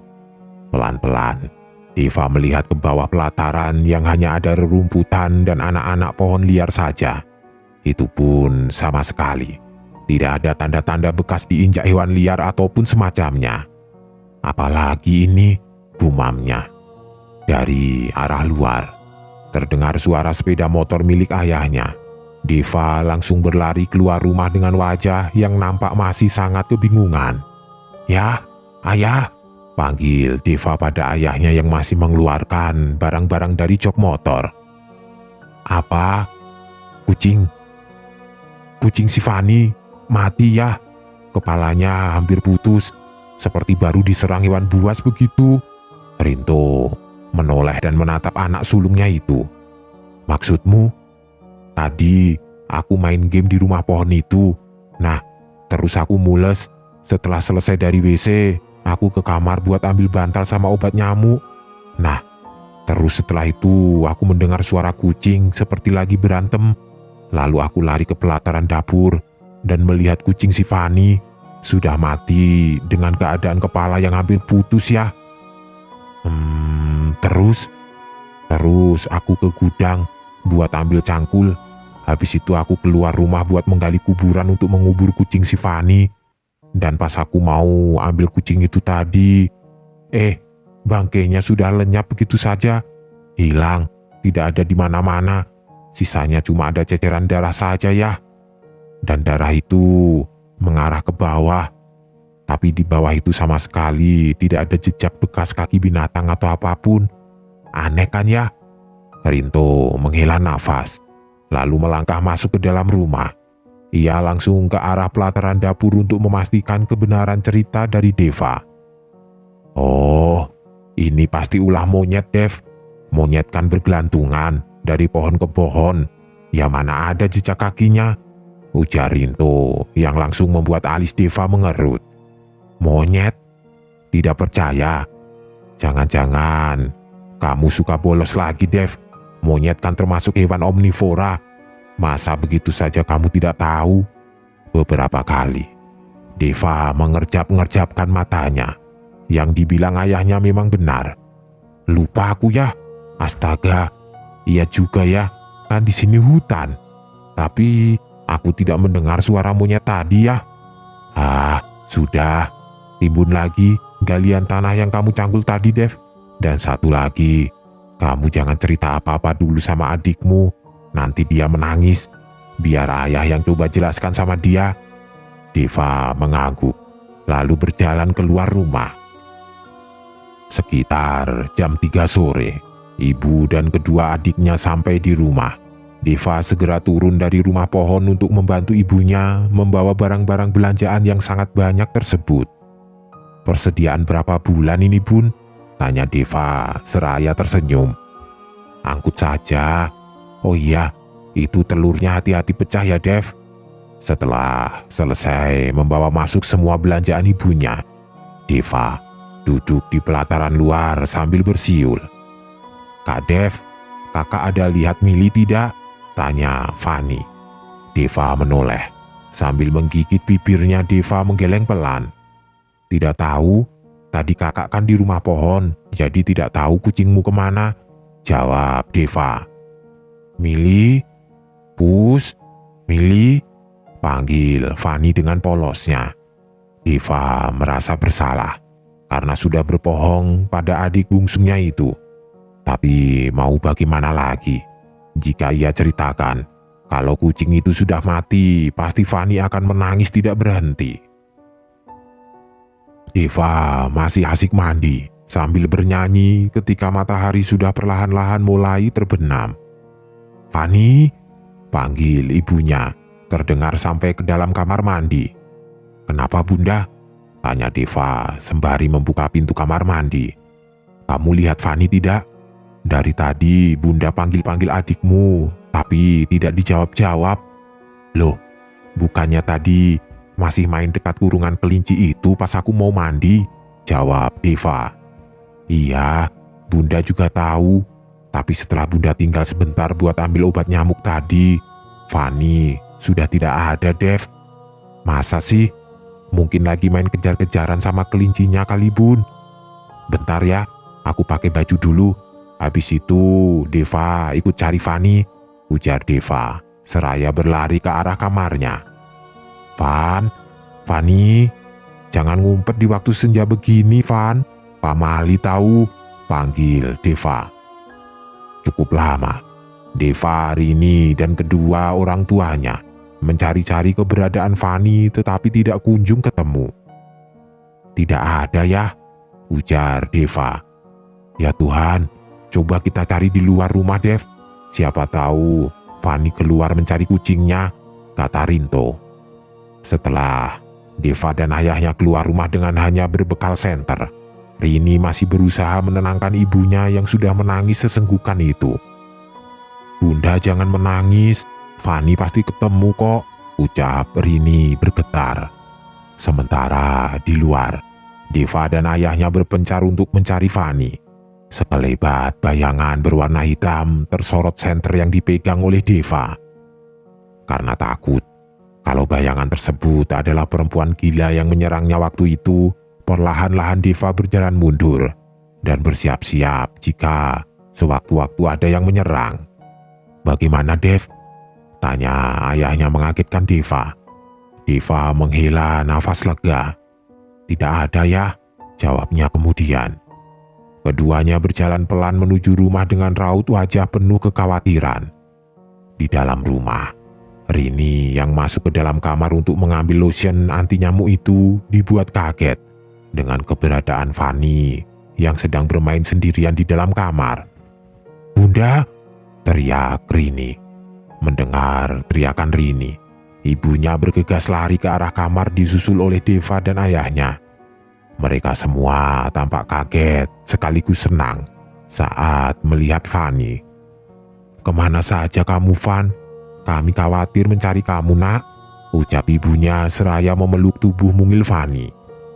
Namun, saat tangan ibunya menyentuh tubuh Fani, ada banyak sekali lendir berbau busuk yang menempel di bagian punggung belakangnya. Bingung melihat lendir menjijikkan itu, ibunya bergantian menatap ke arah Deva, Rini, dan suaminya berdiri. Dari tatapan itu, seakan-akan ia bertanya tentang apa yang terjadi pada Fani. "Fani, kamu dari mana saja, Dek? Kok tubuhmu ada lendirnya begini?" tanya Deva pelan. Fani menghentikan permainannya lalu menatap Deva sambil tersenyum. "Aku tidak kemana-mana kok, Kak. Dari tadi aku di sini. Seru deh main sama tante cantik," jawab Fani yang membuat Rini dan Deva melotot. "Tapi, Dev, sudah. Lebih baik kalian berdua duluan ke meja makan, Gi," tegur ayahnya dengan cepat memotong perkataan Deva. Selesai memandikan dan membersihkan Fani dari lendir-lendir berbau busuk itu, mereka pun mulai menyantap makan malamnya. Seusai makan, Deva berjalan ke arah TV. Ia mencari-cari kaset VCD film ular raksasa yang belum sempat ia tonton. "Serem juga ya, kalau ular seperti itu beneran ada di dunia nyata," ujar Rini yang baru saja duduk di dekat Deva. "Ya adalah. Apalagi di hutan-hutan dan rawa, pasti ada ular seperti itu. Amit-amit deh ketemu sama yang kayak gituan. Ular kecil saja aku takut, apalagi ular segede pohon kelapa begitu. Sekali ketemu, langsung hap dijadikan camilan," ujar Rini sembari bergidik. "Malam-malam begini, sambil nonton, enak nih, sepertinya minum coklat hangat. Mau sekalian dibuatin tidak, Dev?" "Boleh tuh. Kan jarang-jarang seleb Facebook membikinkan minuman," sahut Deva berkelakar. Setelah Rini pergi ke dapur, Deva melanjutkan nonton film ular yang sedang menayangkan beberapa orang yang berjalan menyeberangi rawa-rawa. Dan terlihat di sekitar mereka ada seekor ular besar yang sedang berenang, menunggu waktu yang pas untuk menyantap orang-orang tersebut. Saat adegan memperlihatkan seorang laki-laki paling belakang yang ditarik oleh ular itu, tiba-tiba suara Rini mengagetkan Deva. "Kamu percaya kalau mereka itu ada?" tanya Rini yang tepat berdiri di belakang tempat duduk Deva. "Astaga, ngagetin saja kamu, Rin. Untung tidak jantungan aku," ujar Deva sembari mengelus dadanya. Rini menatap ke layar TV tanpa berkedip lalu mengulang kembali kata-kata yang sama. "Kamu percaya kalau mereka itu ada?" "Ya percaya, kan di internet juga banyak penampakan-penampakan ular raksasa seperti itu," jawab Deva, sedikit agak kesal dengan pertanyaan Rini. "Mereka yang seperti itu?" tanya Rini seraya menuju ke arah TV yang tiba-tiba saja menampilkan gambar sesosok perempuan memakai gaun putih lusuh yang dipenuhi dengan darah. Oh iya, coklatnya mana? Kan tadinya mau bikin coklat hangat," tanya Deva, berusaha tenang dan bersikap santai. "Dev, tolong kesini sebentar," panggil Rini dari arah dapur yang membuat Deva terkesiap. Nafasnya naik turun dan perlahan-lahan menoleh ke arah belakang. Lampu tiba-tiba mati. Semuanya gelap. Terdengar teriakan ketakutan dari arah dapur yang membuat Deva langsung berlari menghampiri Rini. "Tenang anak-anak, ada sedikit masalah di genset," ujar Rinto sembari mengarahkan senternya ke arah Rini dan Deva. Dan benar saja, tidak butuh waktu lama, listrik di rumah mereka kembali menyala. Rini langsung melepaskan pegangannya di baju sang kakak. "Rin, kamu dari tadi di dapur?" tanya Deva pelan. "Kan aku mau bikin coklat hangat. Air panasnya tidak ada, makanya aku harus masak air terlebih dulu. Nah, pas airnya mau mendidih, aku lupa kalau tadi aku lagi bikin masker di kamar. Makanya aku panggil kamu, biar kamu jagain bentaran airnya. Listriknya malah tiba-tiba mati," jawab Rini panjang lebar. Deva menelan ludahnya. Berkali-kali ia mengerjap-ngerjapkan matanya, berharap kalau yang ia alami tadi cuma sekedar mimpi. "Kenapa sih? Tegang sekali kayaknya," tegur Rini. Deva menggeleng pelan. Ia enggan menceritakan apa yang baru saja ia alami tadi pada Rini. Deva tidak ingin kalau nanti dibilang penakut oleh adik-adiknya. "Gimana tidak tegang? Orang kamu teriak kenceng sekali tadi." Ya, maaf. Kamu kan tahu aku takut gelap," jawab Rini. Meski film masih seru-serunya, namun Deva terlihat tidak fokus pada setiap adegan di film. Ia masih memikirkan tentang kejadian aneh sekaligus menakutkan yang baru saja ia alami tadi. "Kalau filmnya sudah selesai, kalian cepat tidur ya, karena mulai besok kalian sudah harus masuk sekolah." Tidak seperti biasa, Dev langsung beranjak dari duduk dan berjalan ke arah kamarnya. "Kenapa?" tanya ayahnya pada Rini. "Tidak tahu, dari tadi aneh sekali," jawab Rini. Deva masih belum bisa tidur, matanya lekat menatap langit-langit kamar. Tok tok tok tok, terdengar suara ketukan dari lantai yang berada di bawah kasurnya. Hus, ujar Deva sembari menggebrak-gebrak lantai dengan kakinya. Hening, suara ketukan tadi menghilang. Deva berpikir kalau ketukan itu hanya merupakan ulah dari hewan liar yang sedang mencari makanan. Malam semakin larut. Perlahan-lahan Deva mulai memejamkan matanya dan terhanyut dalam buaian mimpi. Pagi itu, Deva dan Rini nampak sibuk. "Bunda, buku tulisku yang baru kemarin di mana?" tanya Rini. "Loh, masih belum kamu sediakan, Rin? Kemarin aku sudah beli, tapi sekarang tidak ada lagi, Bun. Apa Bunda yang beresin tas aku yang warna hitam di atas meja itu?" "Aku yang beresin. Tuh, aku taruh di atas lemari," ujar Deva yang masih sibuk dengan tasnya. "Mau bareng tidak? Kalau mau bareng cepetan ayo," lanjut Deva. "Bentar." Rinto yang sudah selesai sarapan sudah bersiap-siap berangkat kerja.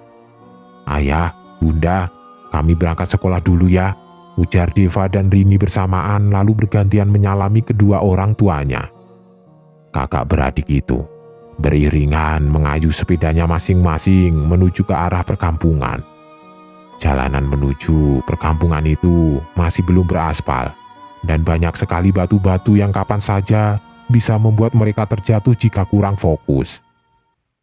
Beberapa penduduk sekitar terlihat sedang menjemur padi di halaman rumah mereka masing-masing.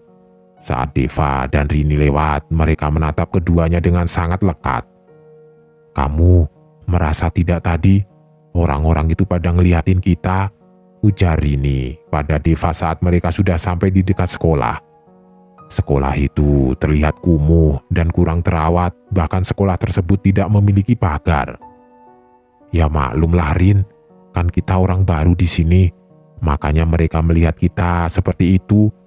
Aku sih tidak ambil pusing, orang itu mata-mata mereka. Toh kita tidak lecet-lecet juga kan, karena dilihatin," jawab Deva.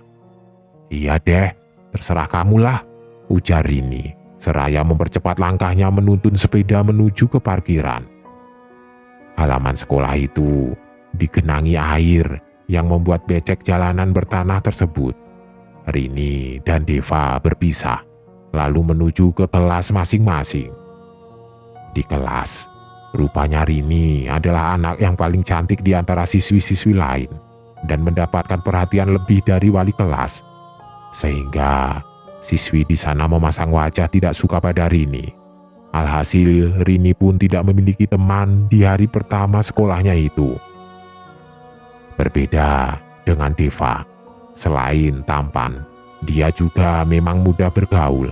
Jadi hampir semua murid di kelasnya suka, terutama murid perempuan. Saat istirahat, Rini cuma duduk seorang diri di depan warung dekat sekolahnya sambil minum teh kotak dan sepotong roti. "Rin, kenapa sendirian?" tanya Deva yang langsung menyeruput teh kotak milik Rini. "Ih, coba beli sendirilah, Dev," sungut Rini kesal.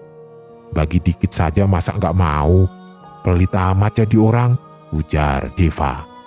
"Mereka sepertinya tidak suka sama aku. Tahu tidak, aku tuh risih tiap kali siswa-siswa itu godain aku," cerita Rini. "Tidak apa-apa Rin, santai saja. Jangan anggap serius candaannya mereka.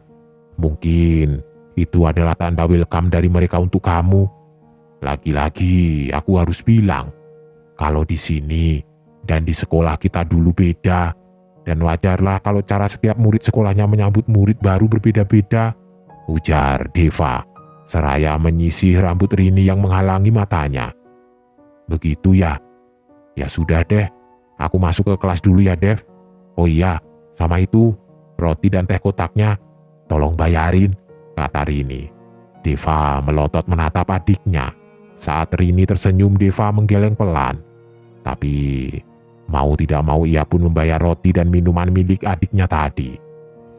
Sementara itu, di rumah, saat ibunya masih beberes rumah, Fani masih asik bermain di dalam kamar. Tidak sengaja ibunya yang lewat di depan kamar mendengar suara tawa lain dari dalam. Otomatis, ibunya langsung menerobos masuk ke dalam kamar, takut kalau ada orang lain masuk ke dalam rumah tanpa sepengetahuannya yang dari tadi memang disibukkan dengan pekerjaan rumah tangga yang tiada habisnya itu. Ia mengedarkan pandangan ke sekeliling, membuat Fani menatap bingung ke arah sang ibu. "Bunda, kenapa? Kamu tadi ngomong sama siapa, Van? Soalnya Bunda mendengar seperti ada suara tawa orang lain di sini." "Aku tidak ngomong sama siapa-siapa kok Bunda. Aku cuma ngomong sama Tante Cantik. Tante Cantik yang tadi ketawa karena aku kentut," jawab Fani polos. "Bunda mau tanya sama Fani, memangnya Tante Cantik itu siapa?" "Tante Cantik itu yang tinggal di rumah ini Bunda. Tante Cantik baik sekali sama Fani," alis sang ibu mengerut. "Tidak ada orang lain yang tinggal di sini selain kita, Nak." "Ada Bunda." "Tidak ada. Bunda jangan begitu. Nanti Tante Cantik marah lu sama Bunda." Ibunya menghela nafas panjang. "Baik, kalau memang ada, coba tunjukin di mana Tante Cantikmu itu." "Itu di belakang Bunda," jawab Fani, sembari menunjuk ke arah belakang ibunya. Angin dingin terasa menyapu pelan tubuhnya saat ia berbalik ke belakang. Namun tidak ada siapapun di belakang selain gambar kartun yang menempel di dinding. "Aku bingung sama anak bungsumu itu. Dia selalu bilang main sama Tante Cantik, ketawa sama Tante Cantik. Apa-apalah selalu bilang Tante Cantik. Sebenarnya Tante Cantik itu siapa sih? Apa jangan-jangan selingkuhanmu? Astaga, kok kamu mikirnya begitu? Fani itu kan masih kecil. Wajar saja kalau mempunyai teman khayalan. Jadi maklumi saja. Cuma kalau memang agak berlebihan, tegur dia pelan-pelan," jawab Rinto menatap istrinya. Sore itu, ketika Deva dan Rini baru sampai di rumah, ia mendapati rumah kosong dengan semua pintu terbuka. Dan ada ceceran darah di mana-mana. Jantung kedua kakak beradik itu bagai tersetrum melihat keadaan rumah mereka. Terlebih ketika mereka masuk, Fani dan sang ibu sudah tidak ada di mana-mana. "Mereka kemana, Dev?" tanya Rini dengan raut wajah khawatir. "Aku tidak tahu, Rin. Aku akan cari mereka berdua di sekitar rumah," Kamu tolong segera telepon ayah, ujar Deva, lalu berjalan ke arah dapur mengambil pisau untuk berjaga-jaga. Bunda, panggil Deva sembari melihat ke segala penjuru halaman. Bunda, teriaknya lebih keras lagi. Sekitar 200 meter dari rumah, ia melihat ibunya yang sudah terbaring di atas tumbuhan berduri mirip Putri Malu. Deva berlari dan langsung memeluk ibunya.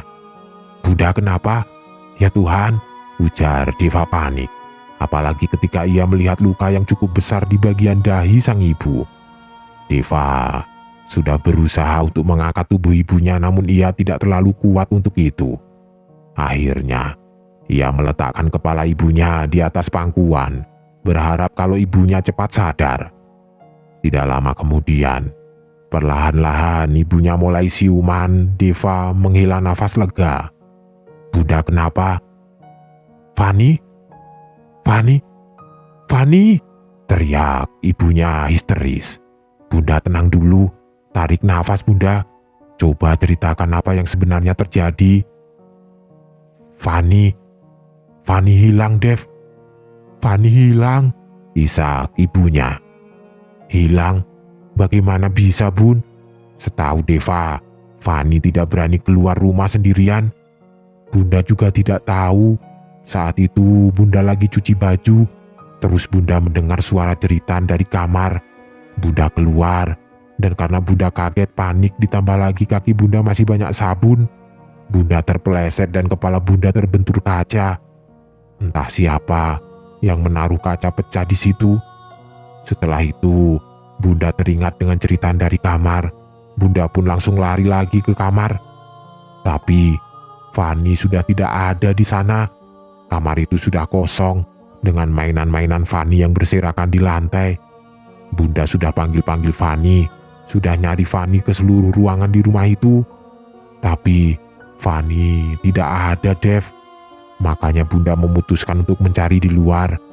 Dan saat Bunda sampai di sini, kepala Bunda tiba-tiba pusing, sakit. Dada Bunda rasanya seperti dipukul-pukul, sesak. Kemudian Bunda tidak ingat apa-apa lagi, cerita ibunya. Deva menghela nafas panjang. Raut wajahnya tiba-tiba berubah. Cuaca mulai mendung, Bun. Deva antar Bunda ke rumah dulu. Habis itu Deva janji akan mencari Fani sampai ketemu. Tidak, Dev. Bunda juga mau nyari Fani. Kita sama-sama mencari Fani. Dengan keadaan Bunda yang seperti ini, Deva tidak mengizinkan Bunda ikut mencari Fani. Lagian, kasihan Rini sendirian di rumah, Bun. Setelah berhasil membujuk ibunya untuk menunggu di rumah saja, Deva langsung bergegas mencari Fani dengan berbekal sebuah pisau dapur. Namun hingga menjelang maghrib, Fani belum juga ketemu. Deva berjalan dalam kegelapan dengan sangat hati-hati menuju ke arah rumahnya. Di dalam keheningan malam, disertai gerimis yang sudah mulai turun, Deva mendengar suara seseorang berbisik padanya. Anak itu di bawah. Anak itu di bawah. Ujar suara yang Deva dengar itu berulang-ulang. Saat Deva menoleh ke belakang, ia melihat perempuan gila yang tempo hari menyerangnya. Deva kaget dan secara refleks mengacungkan pisau yang ia bawa ke arah perempuan itu. Anak itu di bawah. Anak itu di bawah. Ujarnya lagi, diiringi dengan tawa yang memekik. Di bawah siapa? Penjahat? Penculik? Atau jangan-jangan kamu? Ujar Deva geram. Buat apa aku membawa anak itu? Aku tidak suka makan anak-anak. Jawabnya membuat Deva semakin emosi. Kalau kamu memang tahu siapa yang membawa adikku, lebih baik kamu katakan sebelum pisau ini aku gunakan untuk menyakitimu, bentak Deva. Suara tawa si perempuan gila semakin keras dan terdengar menyeramkan. Di bawah, ujarnya. Pergi kamu dari sini, teriak Deva yang sudah sangat muak dengan tingkah aneh dari perempuan itu. Di bawah kamar, teriak si perempuan gila sebelum pergi. Dasar gila, umpat Deva. lalu melanjutkan langkahnya untuk pulang ke rumah. Saat sampai di dekat rumahnya, Deva melihat banyak sekali orang-orang yang masing-masing membawa obor di tangan mereka. "Fani sudah ketemu ya?" tanya Deva. "Belum." "Mereka siapa?" tanya Deva lagi. "Orang-orang kampung. Kebetulan saat ayah pulang tadi, ayah bertemu kakek-kakek yang menolongmu waktu itu. Ayah kehilangan fokus dan hampir saja menabrak beliau. Untungnya beliau sempat menghindar. Ayah sudah ceritakan semua yang diceritakan Rini melalui telepon tadi pada beliau. Dan beliau bilang akan meminta bantuan orang-orang kampung untuk mencari Fani. Tapi nihil. Sampai sekarang Fani masih belum bisa ditemukan. Ayah malah berpikir kalau Fani diculik. Tapi entahlah, ayah tidak bisa memastikan itu. Jika sampai besok Fani tidak juga ketemu, maka ayah akan ke kantor polisi. Semoga saja berkat bantuan polisi Fani bisa ditemukan," ujar Rinto seraya menepuk pelan bahu Deva. Deva menghela nafas, lalu mengangguk dan kemudian melangkah masuk ke dalam rumah. Saat Deva mandi, sayup-sayup ia mendengar suara adiknya, namun ketika Deva fokus mendengarkannya, suara itu menghilang. Lalu muncul lagi waktu Deva mulai mengguyur tubuhnya dengan air, dan begitu seterusnya sampai Deva jadi emosi. "Fani!" teriak Deva memanggil nama adiknya tersebut. Hening. Deva merebahkan tubuhnya di kasur. Ia ingin menghilangkan sedikit rasa lelahnya itu. Namun, saat matanya mulai terpejam, Deva dikagetkan dengan suara gedoran dari balik lantai yang berada di bawah kasurnya. Suaranya nyaring dan kuat. Deva langsung beranjak. Ia masih mendengar suara gedoran tersebut. Lalu Deva menarik kasurnya menjauhi lantai yang digedor tadi. Setelah kasur berikut barang-barang di atasnya dipinggirkan, Deva hanya melihat lantai yang sama seperti lantai lainnya di rumah itu. Tapi Deva merasakan ada aura tersendiri yang menariknya untuk mendekati lantai tersebut. Pelan-pelan, Deva berjongkok. Ia menyentuh lantai itu dengan tangannya. Lalu, lagi-lagi, suara gedoran itu terdengar, namun kali ini diiringi dengan suara bisikan meminta tolong. Deva pun mulai menempelkan telinganya pada lantai untuk memastikan apa yang baru saja ia dengar. Suara itu terdengar jauh, namun cukup jelas didengar. Tanpa pikir panjang, Deva langsung berlari keluar kamar dan menuju ke arah gudang untuk mengambil linggis. Deva ingin membongkar lantai tersebut. Ia ingin memastikan ada apa sebenarnya di bawah lantai itu. "Ngapain kamu, Dev?" tanya ayahnya. "Ada suara gedoran dari bawah lantai kamarku ya. Sudah dari kemarin sebenarnya. Tapi baru kali ini aku sampai berniat membongkarnya," jawab Deva. "Perlukah semua itu kamu lakukan di saat kita masih panik memikirkan adikmu?" "Aku hanya ingin memastikan ada apa di bawah sana ya. Dan lagi, perempuan gila itu tadi mengatakan tentang di bawah kamar. Dan aku rasa inilah yang dia maksud. Kata-kata orang gila kamu dengarkan. Lalu kata-kataku ini?" tanya Rinto sedikit kesal mendengar jawaban anaknya. "Maaf ya, bukan maksud Deva melawan ayah. Tapi Deva mohon, biarkan Deva melakukan apa yang ingin Deva lakukan. Sekali ini saja." Rinto mendengus kesal.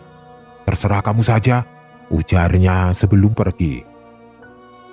Hampir 1 jam lamanya, barulah lantai itu berhasil dibongkar. Namun tidak ada apa-apa. Tapi setelah Deva menghentak-hentakkan ujung linggisnya di atas tanah lantai itu, terasa seperti ada benda keras yang beradu dengan linggisnya.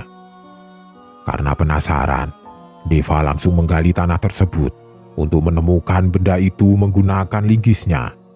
Sebuah kotak dari besi yang sudah berkarat menyembul keluar setelah digali. Alisnya mengerut. Deva mencoba mengeluarkan kotak itu yang sebagiannya masih terkubur. Nampaknya kotak itu sudah sangat lama terkubur di bawah sana. Setelah kotak tersebut berhasil dikeluarkan, Deva langsung mencoba merusak kunci di kotak itu. Kunci itu sangat kuat, tapi Deva tidak mau menyerah begitu saja. Hingga akhirnya kunci berhasil dirusak dan kotak itu pun terbuka. Sebuah keris berkulut, dililit kain kuning yang sudah sangat usang, terlihat berada di dalam kotak bersama dengan 7 buah ukiran kecil berbentuk kepala manusia, dengan 7 helai rambut di masing kepalanya. Membuat Deva mengerutkan alisnya. Bingung tentu saja. Saat Deva ingin memanggil ayahnya, tiba-tiba terasa ada sesuatu yang menghipnotisnya, membuat tangan Deva perlahan-lahan mulai menyentuh keris tersebut. Kain kuning yang melilit keris itu perlahan-lahan ia tanggalkan. Saat kumpang kering dibuka, terlihat isi keris itu berwarna kuning keemasan, membuat takjub Deva yang memegangnya. Namun dengan tiba-tiba, Deva merasakan kedua tangannya seperti terbakar, lalu perlahan-lahan rasa panas itu naik, dan semakin naik hingga ke lengan. "Rawatlah aku, mandikan aku dengan air kembang 7 rupa yang sudah dicampur dengan minyak wangi. Setelah itu, tampung tawari aku dengan minyak likat baburi, dan aku akan selalu ada di saat kamu butuhkan," ujar seorang wanita cantik mengenakan gaun putih yang indah. Deva menarik nafas. Ia kaget sekaligus merasa kebingungan dengan apa yang baru saja terjadi. "Siapa perempuan itu?" tanya Deva. "Apakah itu tadi nyata atau..." Sesaat Deva tampak terdiam seraya melihat keris yang ada di tangannya. "Kalau perempuan tadi adalah kamu penunggu keris ini, kalau memang benar kamu akan ada di setiap aku butuhkan, tolong bantu aku mencari adikku," ujar Deva sembari menatap keris yang ada di tangannya. Ada suatu energi aneh yang menjalar melalui darahnya, rasanya hangat dan nyata. Keris itu terlepas dari genggaman Deva dan berdiri dengan sendirinya, lalu bergerak ke kiri, ke kanan, dan hingga akhirnya terjatuh. Deva terpana melihat apa yang baru saja terjadi pada keris tersebut. Ia yang memang tidak pernah percaya dengan hal-hal mistis, langsung perasaan itu tertepikan dengan kejadian barusan. Ia baru percaya jika yang gaib benar adanya. Nafasnya turun naik, menunggu apa yang akan terjadi selanjutnya. Tidak berapa lama kemudian keris itu bergetar dan mengeluarkan asap tipis. Dari ujungnya, terlihat muncul sebuah noda berwarna merah dan kental seperti darah. Lagi-lagi Deva dibuat ternganga. Kedua matanya melotot seakan tidak percaya. Dan tiba-tiba dari luar terdengar suara teriakan ibunya. "Fani!" Deva bergegas lari keluar dari kamar dan mendapati ibunya sudah memeluk Fani yang sepertinya sudah tidak sadarkan. "Fani," ujar Deva antara senang dan takut. "Panggil ayahmu, Dev. Cepat panggil. Beritahu kalau Fani sudah ketemu di dalam kamar. Cepat," ujar ibunya. Deva langsung lari keluar rumah untuk menyusul ayahnya yang sedang mencari Fani ke dalam hutan bersama orang-orang kampung yang ikut membantu. Deva lari tanpa memakai alas kaki. Duri-duri dari tumbuhan liar dan juga batu melukai telapak kakinya. Namun itu tidak membuat Deva berhenti berlari. Dari kejauhan, ia melihat obor yang ada di mana-mana sekitaran hutan. Obor yang dibawa oleh orang-orang kampung. "Ayah, Fani sudah ketemu ya?" teriak Deva terus berlari ke arah ayahnya. Orang-orang tampak saling bertatapan dan berjalan mendekat ke arah Deva. Semua orang mengikuti Deva berjalan menuju ke rumah. Fani masih belum sadarkan diri. Tubuhnya dipenuhi lendir yang berbau amis dan busuk. "Sepertinya anak ini disembunyikan kuntilanak," ujar seorang warga kampung. Rinto terdiam, ia masih tidak percaya. "Iya, Pak, sepertinya memang benar begitu. Karena dulu di lokasi rumah ini dibangun, ada sebuah pohon besar yang katanya dihuni oleh makhluk halus, termasuk kuntilanak. Maklumlah Pak, di sini itu dulu bahkan sampai sekarang masih hutan. Tapi karena pemilik tanah tersebut ingin kalau pohon itu ditebang dan dibangun sebuah rumah nyaman buat bersantai, semacam seperti villa begitu, ya akhirnya ditebang. Yang nebang pun bukan orang dari kampung sini, melainkan dari kota. Beberapa kali percobaan memang selalu gagal. Ada yang mesin pemotongnya patah, ada juga penebangnya kecelakaan kejatuhan ranting besar, dan masih banyak lagi kejadian-kejadian anehnya. Tapi entah kenapa hari itu pohon tersebut yang awalnya susah untuk ditumbangkan, malah tumbang dengan sendirinya. Kami tidak tahu apa yang dilakukan oleh si pemilik tanah pada pohon itu. Tapi kabar burung yang kami dengar, beliau ada meminta syarat pada orang untuk menumbangkan pohon itu. Entahlah, kami pun tidak tahu benar atau tidaknya kabar itu. Rinto tersenyum. Saya ucapkan terima kasih banyak atas bantuan bapak-bapak sekalian yang sudah dengan ikhlas hati menolong saya sekeluarga dalam pencarian ini. Budi baik kalian tidak akan pernah saya lupakan, ucap Rinto.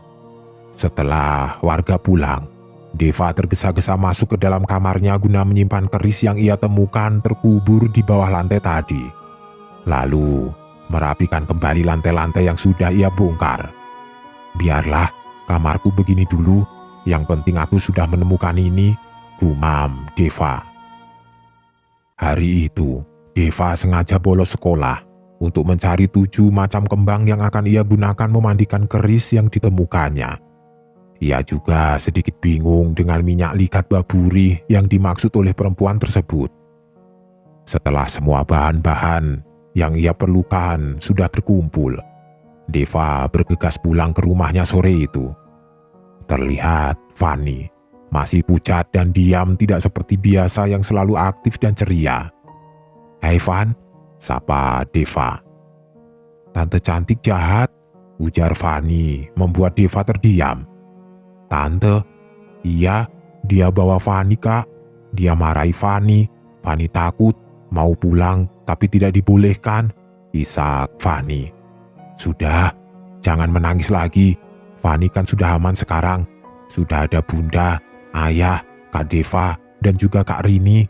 Mulai sekarang Fanny tidak usah takut lagi ya. Kak Deva janji bakal jagain Fanny terus," ucap Deva. Fanny menyapu air mata dengan kedua tangan mungilnya, membuat gemas Deva yang melihatnya. "Kita makan yuk," ajak Deva seraya menggendong adik kecilnya itu. Sebulan setelah kejadian itu, Deva dan keluarganya sudah tidak pernah lagi mengalami kejadian-kejadian aneh. Apalagi semenjak keris itu selalu Deva rawat. "Kak Deva, kakak cantik yang selalu ngikutin kakak itu siapa?" tanya Fanny suatu hari. "Kamu bisa lihat," tanya Deva yang dijawab Fanny dengan anggukan. "Itu teman kakak, dia yang jagain kita di sini," ujar Deva kemudian. Tidak terasa, sudah hampir setahun mereka tinggal di rumah tersebut. Pembukaan jalan untuk pertambangan mulai meramaikan area di sana. Kini di sekolahnya, Deva dikenal dengan julukan anak dukun karena sudah sering ia membantu hal-hal aneh di sekitarnya. Termasuk kasus pencurian uang di sekolah itu bisa ia selesaikan dengan mudah. Dan dengan bantuan perempuan penghuni keris yang dia miliki tentunya. Tapi Rinto masih sama seperti dulu, yang tidak pernah percaya hal-hal gaib. Meskipun sudah beberapa kali ia mengalami kejadian aneh di luar nalar. Sementara Rini kini sudah diterima oleh teman-teman sekelasnya. Dan tahun ini Fanny sudah mulai masuk sekolah.